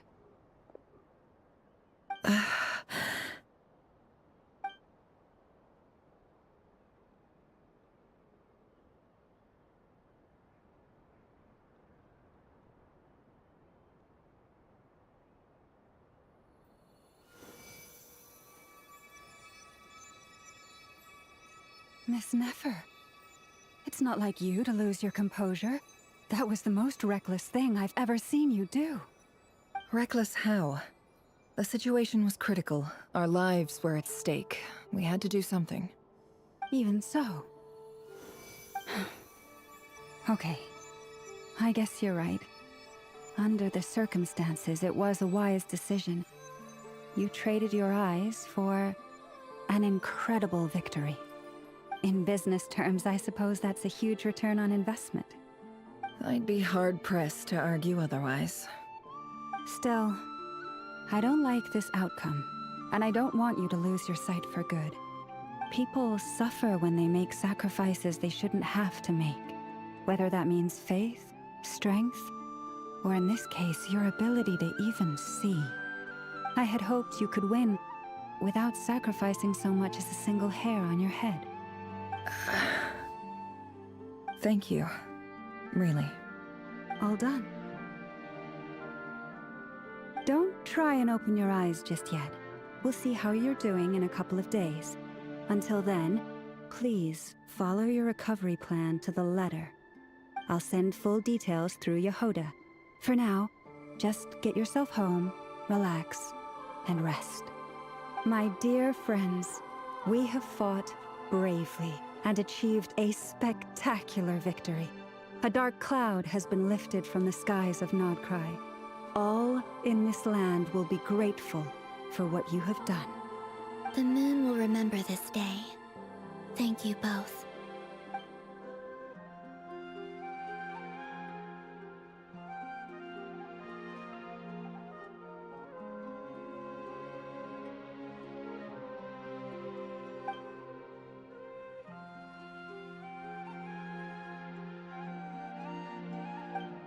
There's something I want to let you know. What is it? When Durin connected everyone's minds so I could access their powers, I also felt everything they felt. And since Nefer's eyes were injured, my eyes are hurting now too. Huh. Hold on. Let me try. I only feel the pain. There's no actual damage. I just thought I should tell you. You're right. There's no damage. That's a relief. But I must say, I'm surprised to hear the Kutar share something like this with me. In the past, you never used to open up about yourself.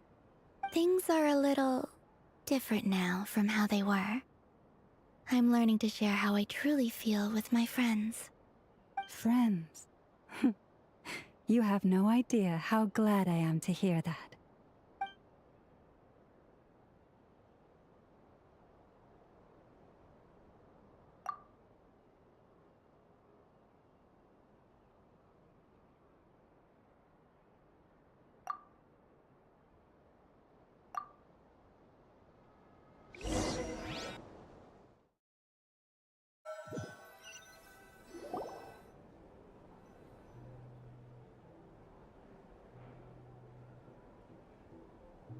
Yay! You're awake!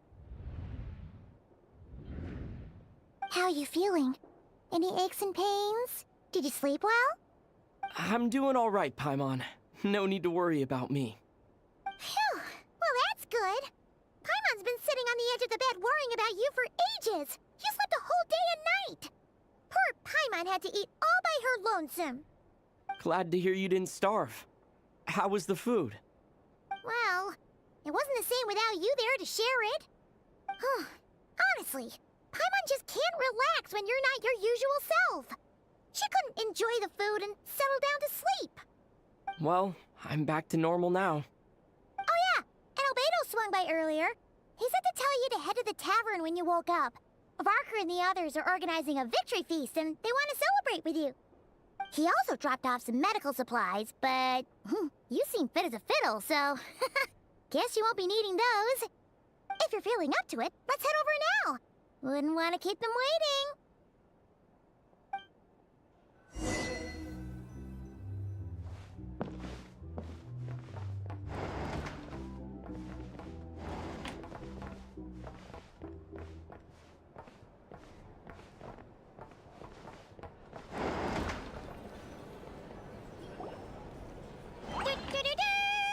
We're here! Oh, Traveler and Paimon! Perfect timing! We were literally just saying how there's no way we're holding this victory feast without you any longer, and we would have postponed it till tomorrow. How are you feeling today? Much better. Thanks. Don't worry about me. Relieved to hear it. If that changes, just let me know. Happy to check you over at any time. Yep, we're here for you. Anything you need, just let us know. Oh wait, where's Nefer? How are her eyes doing? Nefer's right over there. I'm sure she'd love to catch up with you.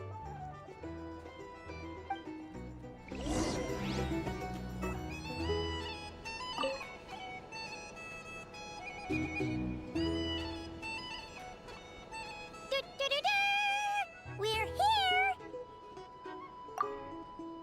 Oh, Traveler and Paimon! Perfect timing! How are you feeling? Much better. Relieved to hear. Yep, we're here for you. Anything you need, just let us know.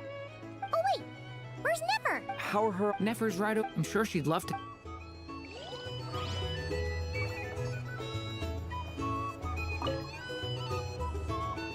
Hello, recovered from the battle? Come on, what do you mean? Of course I'm gonna ask. I care about my friend's well-being, and we are friends, aren't we? Get yourself a drink, you've more than earned it. In fact, today, your drinks are on me. Lord Sangama Base got you covered. Wow, really? What about Paimon? Has she earned it too? Has she? Please? Well, you haven't been through quite as much as the Traveler, but... what the heck, sure. Yay! Wow! Drinks on Dory! What a historic day. Hey, keep your voice down, or everyone else is gonna want in too. Have you heard anything I've been saying recently? Doing business in Nodcry has been an absolute nightmare. If I'm buying for everyone, oh... Okay. Paimon will speak more quietly. Jeez. That's more like it. Don't you forget, Lord Sangama Bay doesn't just go around buying drinks for anyone and everyone.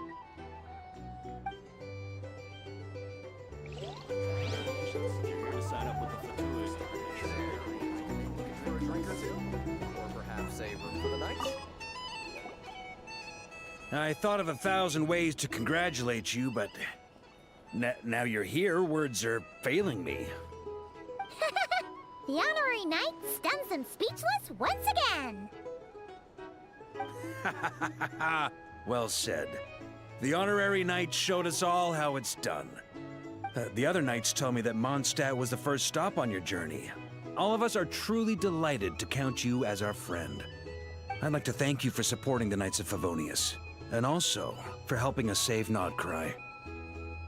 Nonsense! Of course I'm gonna mention it. This is more than just business. It's a relationship. And there can be no relationship without showing gratitude where it's due.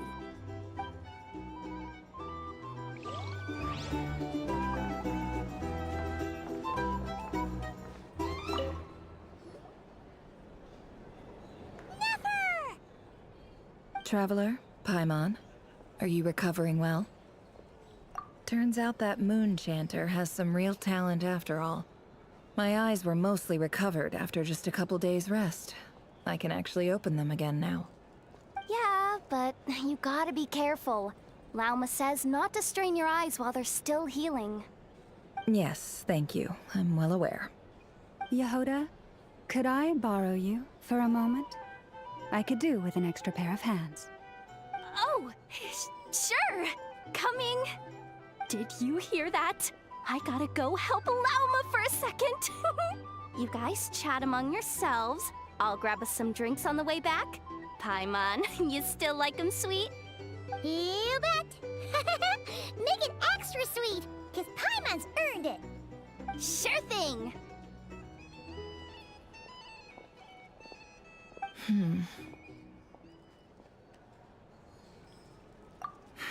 The Raker of Solnari. Kind of a snake, don't you think? No, definitely a snake. A poisonous one who spewed his venomous hatred everywhere. Anyone who seeks revenge out of hatred for other people has become a snake. That's something my dad used to say. Perhaps. I'm sure it sounds like a very wise and open-hearted perspective to your ears. But me? I think hatred is a perfectly justifiable emotion. What else is left when everything you depended on in life gets stripped away? Something's gotta fuel that drive to keep on living. If you're worried about me, you can nip that in the bud. I'm not someone who gets stuck in the past. It's just... I suddenly feel like I was wrong to call my father a liar. He was just a fool. That's why the Academia turned their back on him, and why the other tribes ganged up on him. Oh, Father. How much better things could have been if you were a skilled liar. Look at the Ibis King. Thoth is a fiendishly cunning liar. And yet, strangely, he feels more like a father to me than my real dad ever was. He's never brought it up, but I'd bet he feels the same way. Why else would he give me the power to perceive the truth, while at the same time training me in the art of deception. Well, King Deshret banished him to Aru, which is essentially a prison, and posed 3 questions to him. He promised that he'd have his freedom if he could find the answers. His response was to take on a physical form and approach me, hoping that I could become his envoy and search for one of the answers on his behalf. Did he really think I'd fall for that? He's stuck there. He can't make me return what he gave to me. So that's enough for you to decide he's nice, is it? He's a prisoner, and he was scared. So he decided to perform some good deeds to win people's approval. He lives in fear because he's a deceiver. How is Rerir any different? You can't work as a spy your whole life and expect a happy ending. It's preposterous. Yet I can't say I don't understand it. Liars live in the darkness of their own making. But it's still human nature to want to go on living. They say that a liar's soul is the most worthless thing in the world. What do you think? Good. If you understand that, it means you're smart. And you see things objectively. If you ask me, the soul of a liar really is worth nothing. Because all they care about is themselves. For example, when something good falls into my lap, I don't go sharing the news around. Stops other people trying to steal it from me.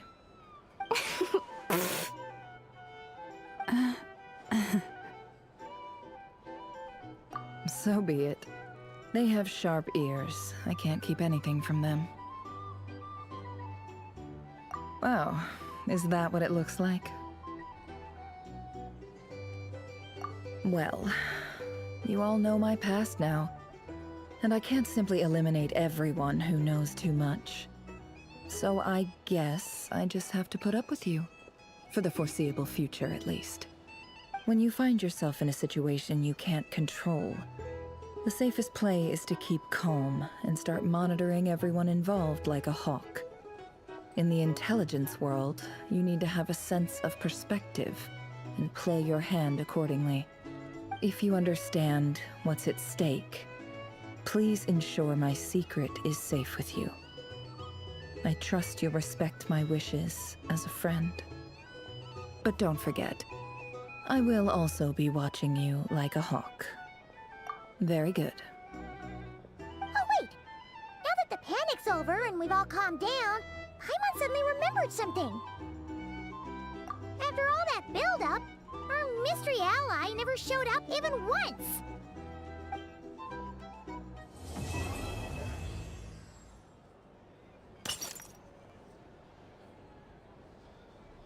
Huh? Am I imagining things?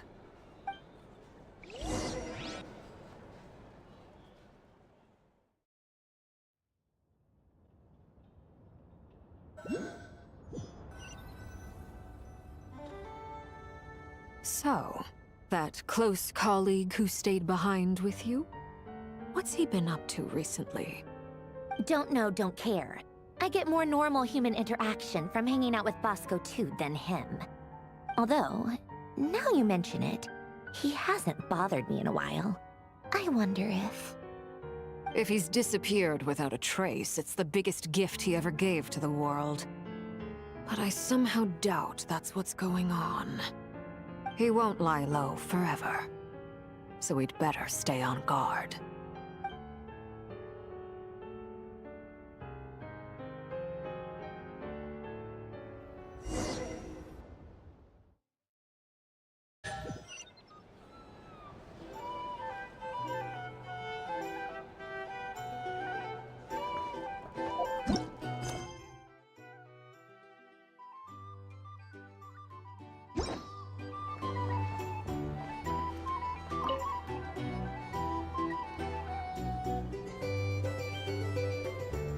Ah, Lord Sangama Bay.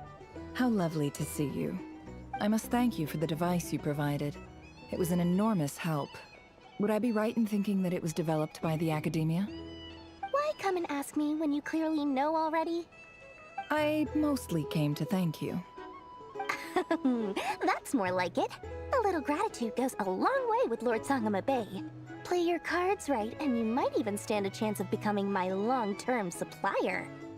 The chance to work with such a kind and charitable investor as yourself would be a great honor for the Curatorium. Huh? Charitable? Who said anything about charity? First time hearing about it. Let's see. The first plot of land you purchased in Nodcry, your desert interests, and... Stop! What do you think you're doing? Exposing my investment history! It's nothing to hide from. They're all perfectly legitimate investments. And some of the land you purchased was with the intent of building a sanctuary? Yes, I heard about that too. How did you... You're a curious case, Lord Sangama Bay. You don't like people finding out about your good deeds, do you? But I'm afraid no matter how hard you try to keep things under wraps, where there's a will, there's a way. You did it for Sumeru, didn't you? It was empty land that was gonna go to waste otherwise. I figured if I built something there, it might at least get some use in an emergency. Disasters are capricious things. They strike without any warning. I've lost family to a disaster before, and I don't want to lose any friends or business partners if I can help it. My elder sister used to dream of finding a sanctuary. Somewhere with plenty of food, water, and medicine. Where everyone could live happy lives. It was something I looked into, but after discussing things with the Dendro Archon, I decided on a more effective strategy. The tech people handled the tech, and Moneybags provided the Mora. It just made the most sense. It's a pity that so few people know the truth about you. Everyone says that you view everything in terms of Mora, and all you care about is growing your own wealth. So, what's the problem with that? Everyone wants to be rich. It's human nature. So yes, I love Mora, and it's nothing to be ashamed of. But surely you have dreams of your own beyond just making Mora. You don't get it, do you? My dream is to invest in other people's dreams. And, you know, make a nice little slice for myself along the way. Just thinking about it makes me happy. That sweet, sweet sound of Mora. Thank you. For the device? And the pendant. Oh, that. I was just returning a favor. Don't worry about it. Seems like we've both been away from home for a very long time. Yeah. So long that I barely remember what my family even looked like. That would be your mother, father, and sister? Yeah, though it's been years since my sister passed away. It's not like I want to forget them, obviously, but memory can be even more ruthless than the most calculating business person. Beyond a certain point, if something isn't helping you, it just gets rid of it. My sister can't help me now. Slowly but surely, her face is fading from my mind's eye. It's become a vague impression. Not everything will fade. When loved ones pass away, the beautiful memories are the ones that last the longest. Yeah, that's true. If you ask me, that's the one silver lining in all of it. Well, that, plus, I'm sure that life is much better now than it was back then.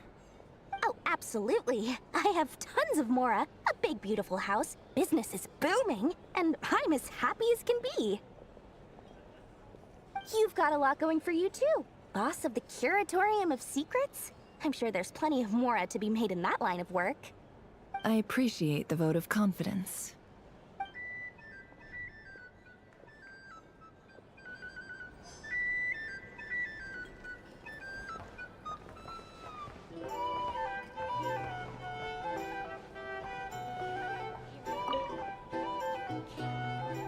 How have you been holding up? Any adverse reactions? If you start to take a turn for the worse, make sure you tell me right away. You don't need to worry about me, Grandmaster. I'm fine. I mean, I barely did anything, so... What? You're too humble, young man. You played an indispensable role in the battle for Nodcry. We can't thank you enough for your support. Sometimes, when people praise you, it's because you deserve it. The best thing is to accept it calmly and with grace. It's important to learn how to respond to words of admiration. Let's do a quick demonstration. Albedo, that was an incredible feat of alchemy. The pressure was on, but you worked flawlessly at lightning speed to get the job done. Thank you. I can't take all the credit, though. Durin played a big part in forming the alchemical array. See? Did you catch that? A masterclass in how to take a compliment. Okay, yeah. I did work pretty hard to help prepare for the battle. No point denying that. Hey, you guys! Hey, look who's bounced back. Looking good, traveler. Seems like you've recovered. You won't need to take any more medication. Can I get you a drink? Huh? You know how to order at a bar now? You've sure learned a lot recently. Handling a drinks order is ridiculously simple compared to alchemy. Don't worry, I'll blend into society yet. Paimon believes it. You're clearly a fast learner, just like your brother. To be totally honest, though, Paimon didn't quite follow all the details when you first explained the plan to us. Don't worry, that's completely understandable. Unless you're a student of alchemy, it's hard to grasp the principle and how the process works. To put it in the simplest terms, we saw how our enemy stole the power of Kuvaki. And that gave us the idea of stealing his power to turn it against him. When facing an enemy you have no hope of defeating, it's best not to engage them in battle. So, instead of looking for a way to overpower him, we decided to help Columbina get strong enough to at least stand up to him in a fight. For this to work, we had to analyze his modes of attack, confirm who his main target was, and make sure that he wouldn't go beyond the range of the alchemical array. For added security, we prepared a total of 4 arrays. But to mitigate the impact of the battle, we identified one location in particular as the ideal spot, which is where the confrontation took place. The alchemical array absorbed his abyssal power. Then Durin processed it to render it usable by Columbina. That power enabled her to do what would otherwise have been nigh on impossible. What surprised me was that Dainsleif actually agreed to join us. Given his history with Rerir, he had every right to sit this one out. But we're extremely grateful for the decision he made. It must have been a painful choice to make. But I'm sure that making a decision was far better for him than staying in limbo. Absolutely. He was torn between 2 paths, but in the end, he made his choice and stuck to it resolutely. He doesn't strike me as the sort of person who'd stay trapped in limbo for long. Anyway, however you cut it, everyone gave a stellar performance. And now, it's time to kick back and celebrate.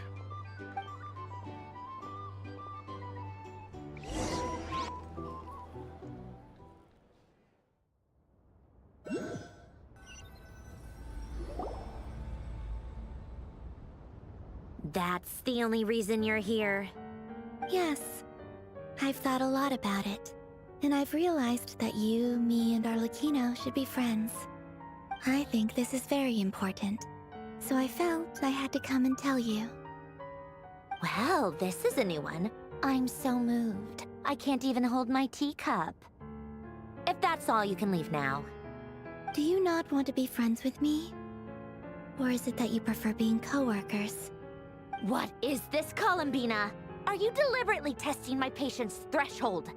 Right now, my politeness module is active. But if you say another word, I swear I'll shut it down. If your politeness module was active, wouldn't you say the word please at some point? Polonia, please see Lady Columbina to the door. Will you still invite me to your next tea party? What? Yes, I think you will. Bye-bye, dear Sandrone.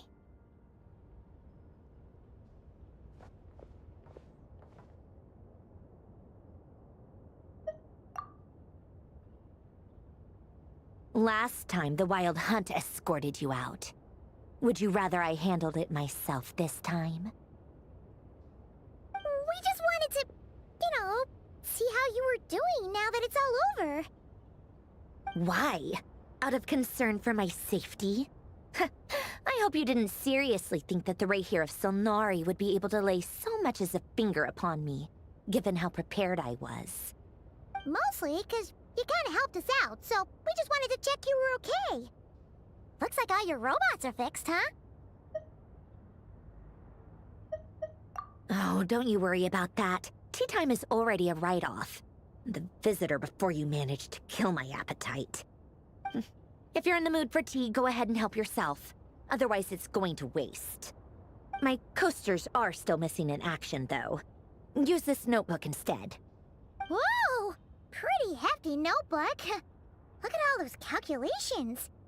You can ignore those. They're just dumb scribblings.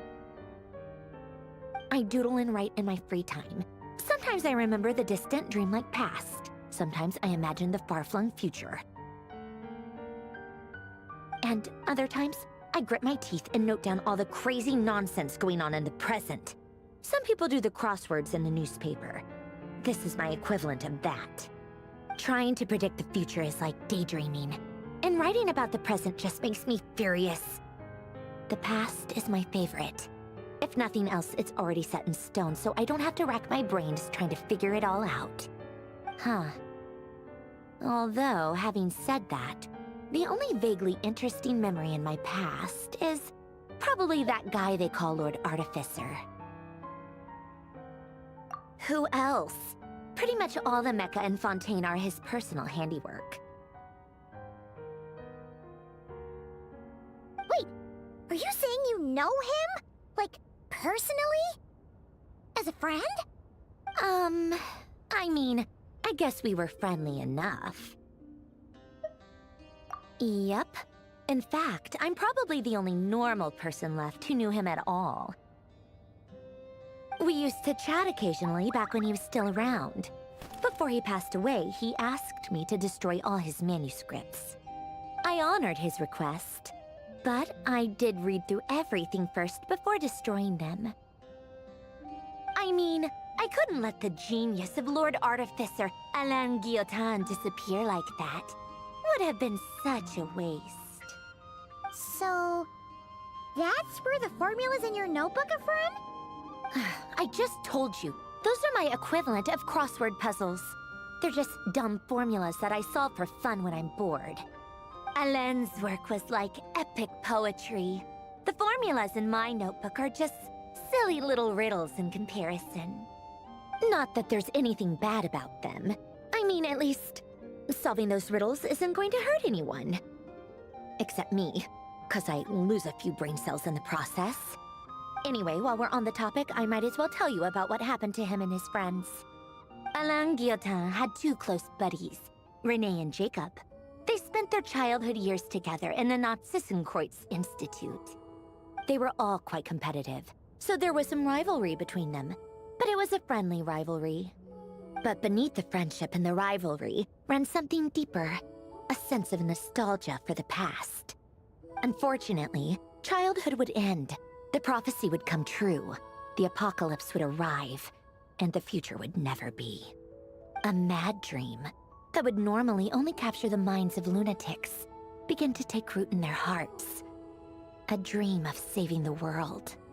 And if Renee and Alain had been people of lesser wits, that dream would probably have ended up as something for them to joke about in their older years. But alas, they were some of the sharpest minds around. They nurtured that dream with the full power of their intellect, and it grew into something that ate away at their souls. The first of them to fall under its spell was Renee. Against Alain's wishes, he persisted in experimenting on a mutual friend of theirs to try and save their life. Alain did not approve and parted ways with Renee. It's complicated. Alain wanted to believe that Renee only did what he did for the sake of their friendship. But when he told me about what happened, I could tell he still had some suspicions about Renee's motives. Perhaps the seed that would grow into a nightmare had already sprouted in Renee's mind. Even then, the next time they met, Renee's soul had been completely engulfed by the dream of salvation. His futile attempt to change the tide of fate only resulted in a wave that swallowed up the world, even before the apocalypse came. And although that wave died down eventually, I hear that it just recently came back with a vengeance. As I understand, Renee wanted to live out his dream of salvation once more. But I'm told that the attempted resurgence finally died out for good. At long last, Renee awoke from his deluded dream. Though of course by then it was far too late. What do you think of Renee? Do you admire his transcendent genius? His view that any price was worth paying to achieve the lofty goal of saving the world? Or do you despise him? Dismiss him as an evil madman who wrought havoc on the lives of everyone around him as he pursued his delusional dream? Same difference, really. Just a matter of perspective.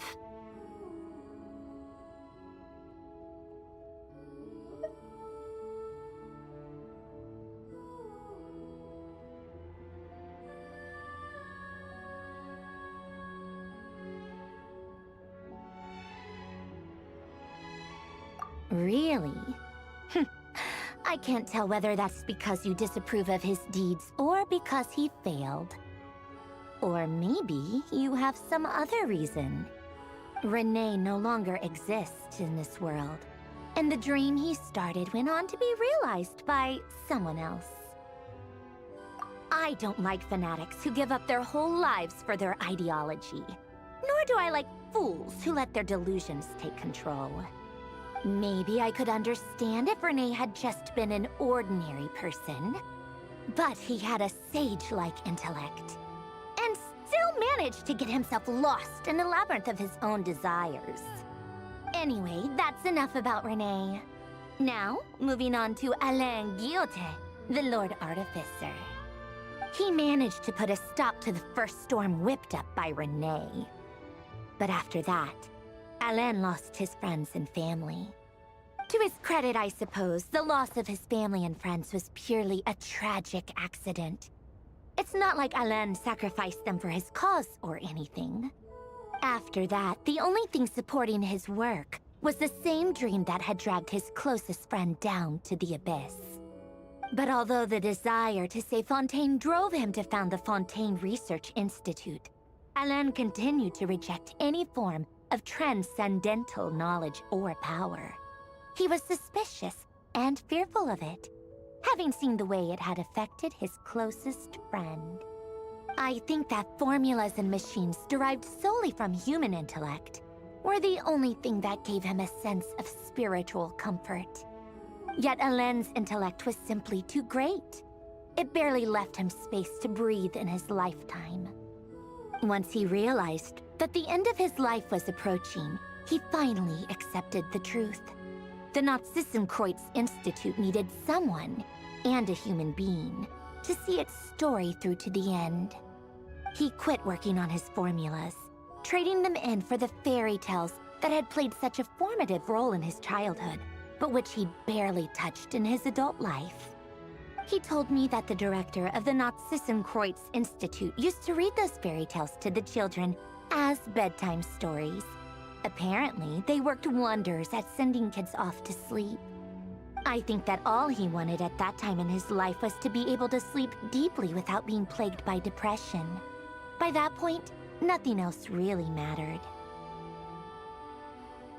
At the very end, he laid down to rest in the ruins of the former Nazissenkreuz Institute orphanage, while the Fontaine Research Institute he had founded continued tirelessly with its work. Many years after that, tensions over competing dreams would once again cause a rift, this time between members of the Fontaine Research Institute. But the actions of those fools had nothing at all to do with Alain. And that is the story of two people from the Nazissenkreuz Institute who both wanted to save the world. One went all in on his fantasy of salvation without ever looking back, and ended up calmly sinking to the bottom of the deepest sea. The other sought desperately to burn bright in his life, even though he wasn't sure where he was going. I do sometimes wonder, why is it that people like them have such grand hopes of saving the world? Even the grandest tree starts as a tiny seed. So perhaps, for each of them, their mission to save the world began with a very simple desire: to save themselves. They were young children with friends and family who mattered to them, desires to explore the meaning of life, ambitions to have a successful career. They didn't want to see all of that taken away in one fell swoop. Or maybe they just wanted to find something to anchor themselves within the chaos, to stop them getting quietly swept away by the storms of life. But instead, the search for their own salvation took them down the rocky road laid out by fate. Do you think the desire to save oneself is enough of a justification to try and save the world?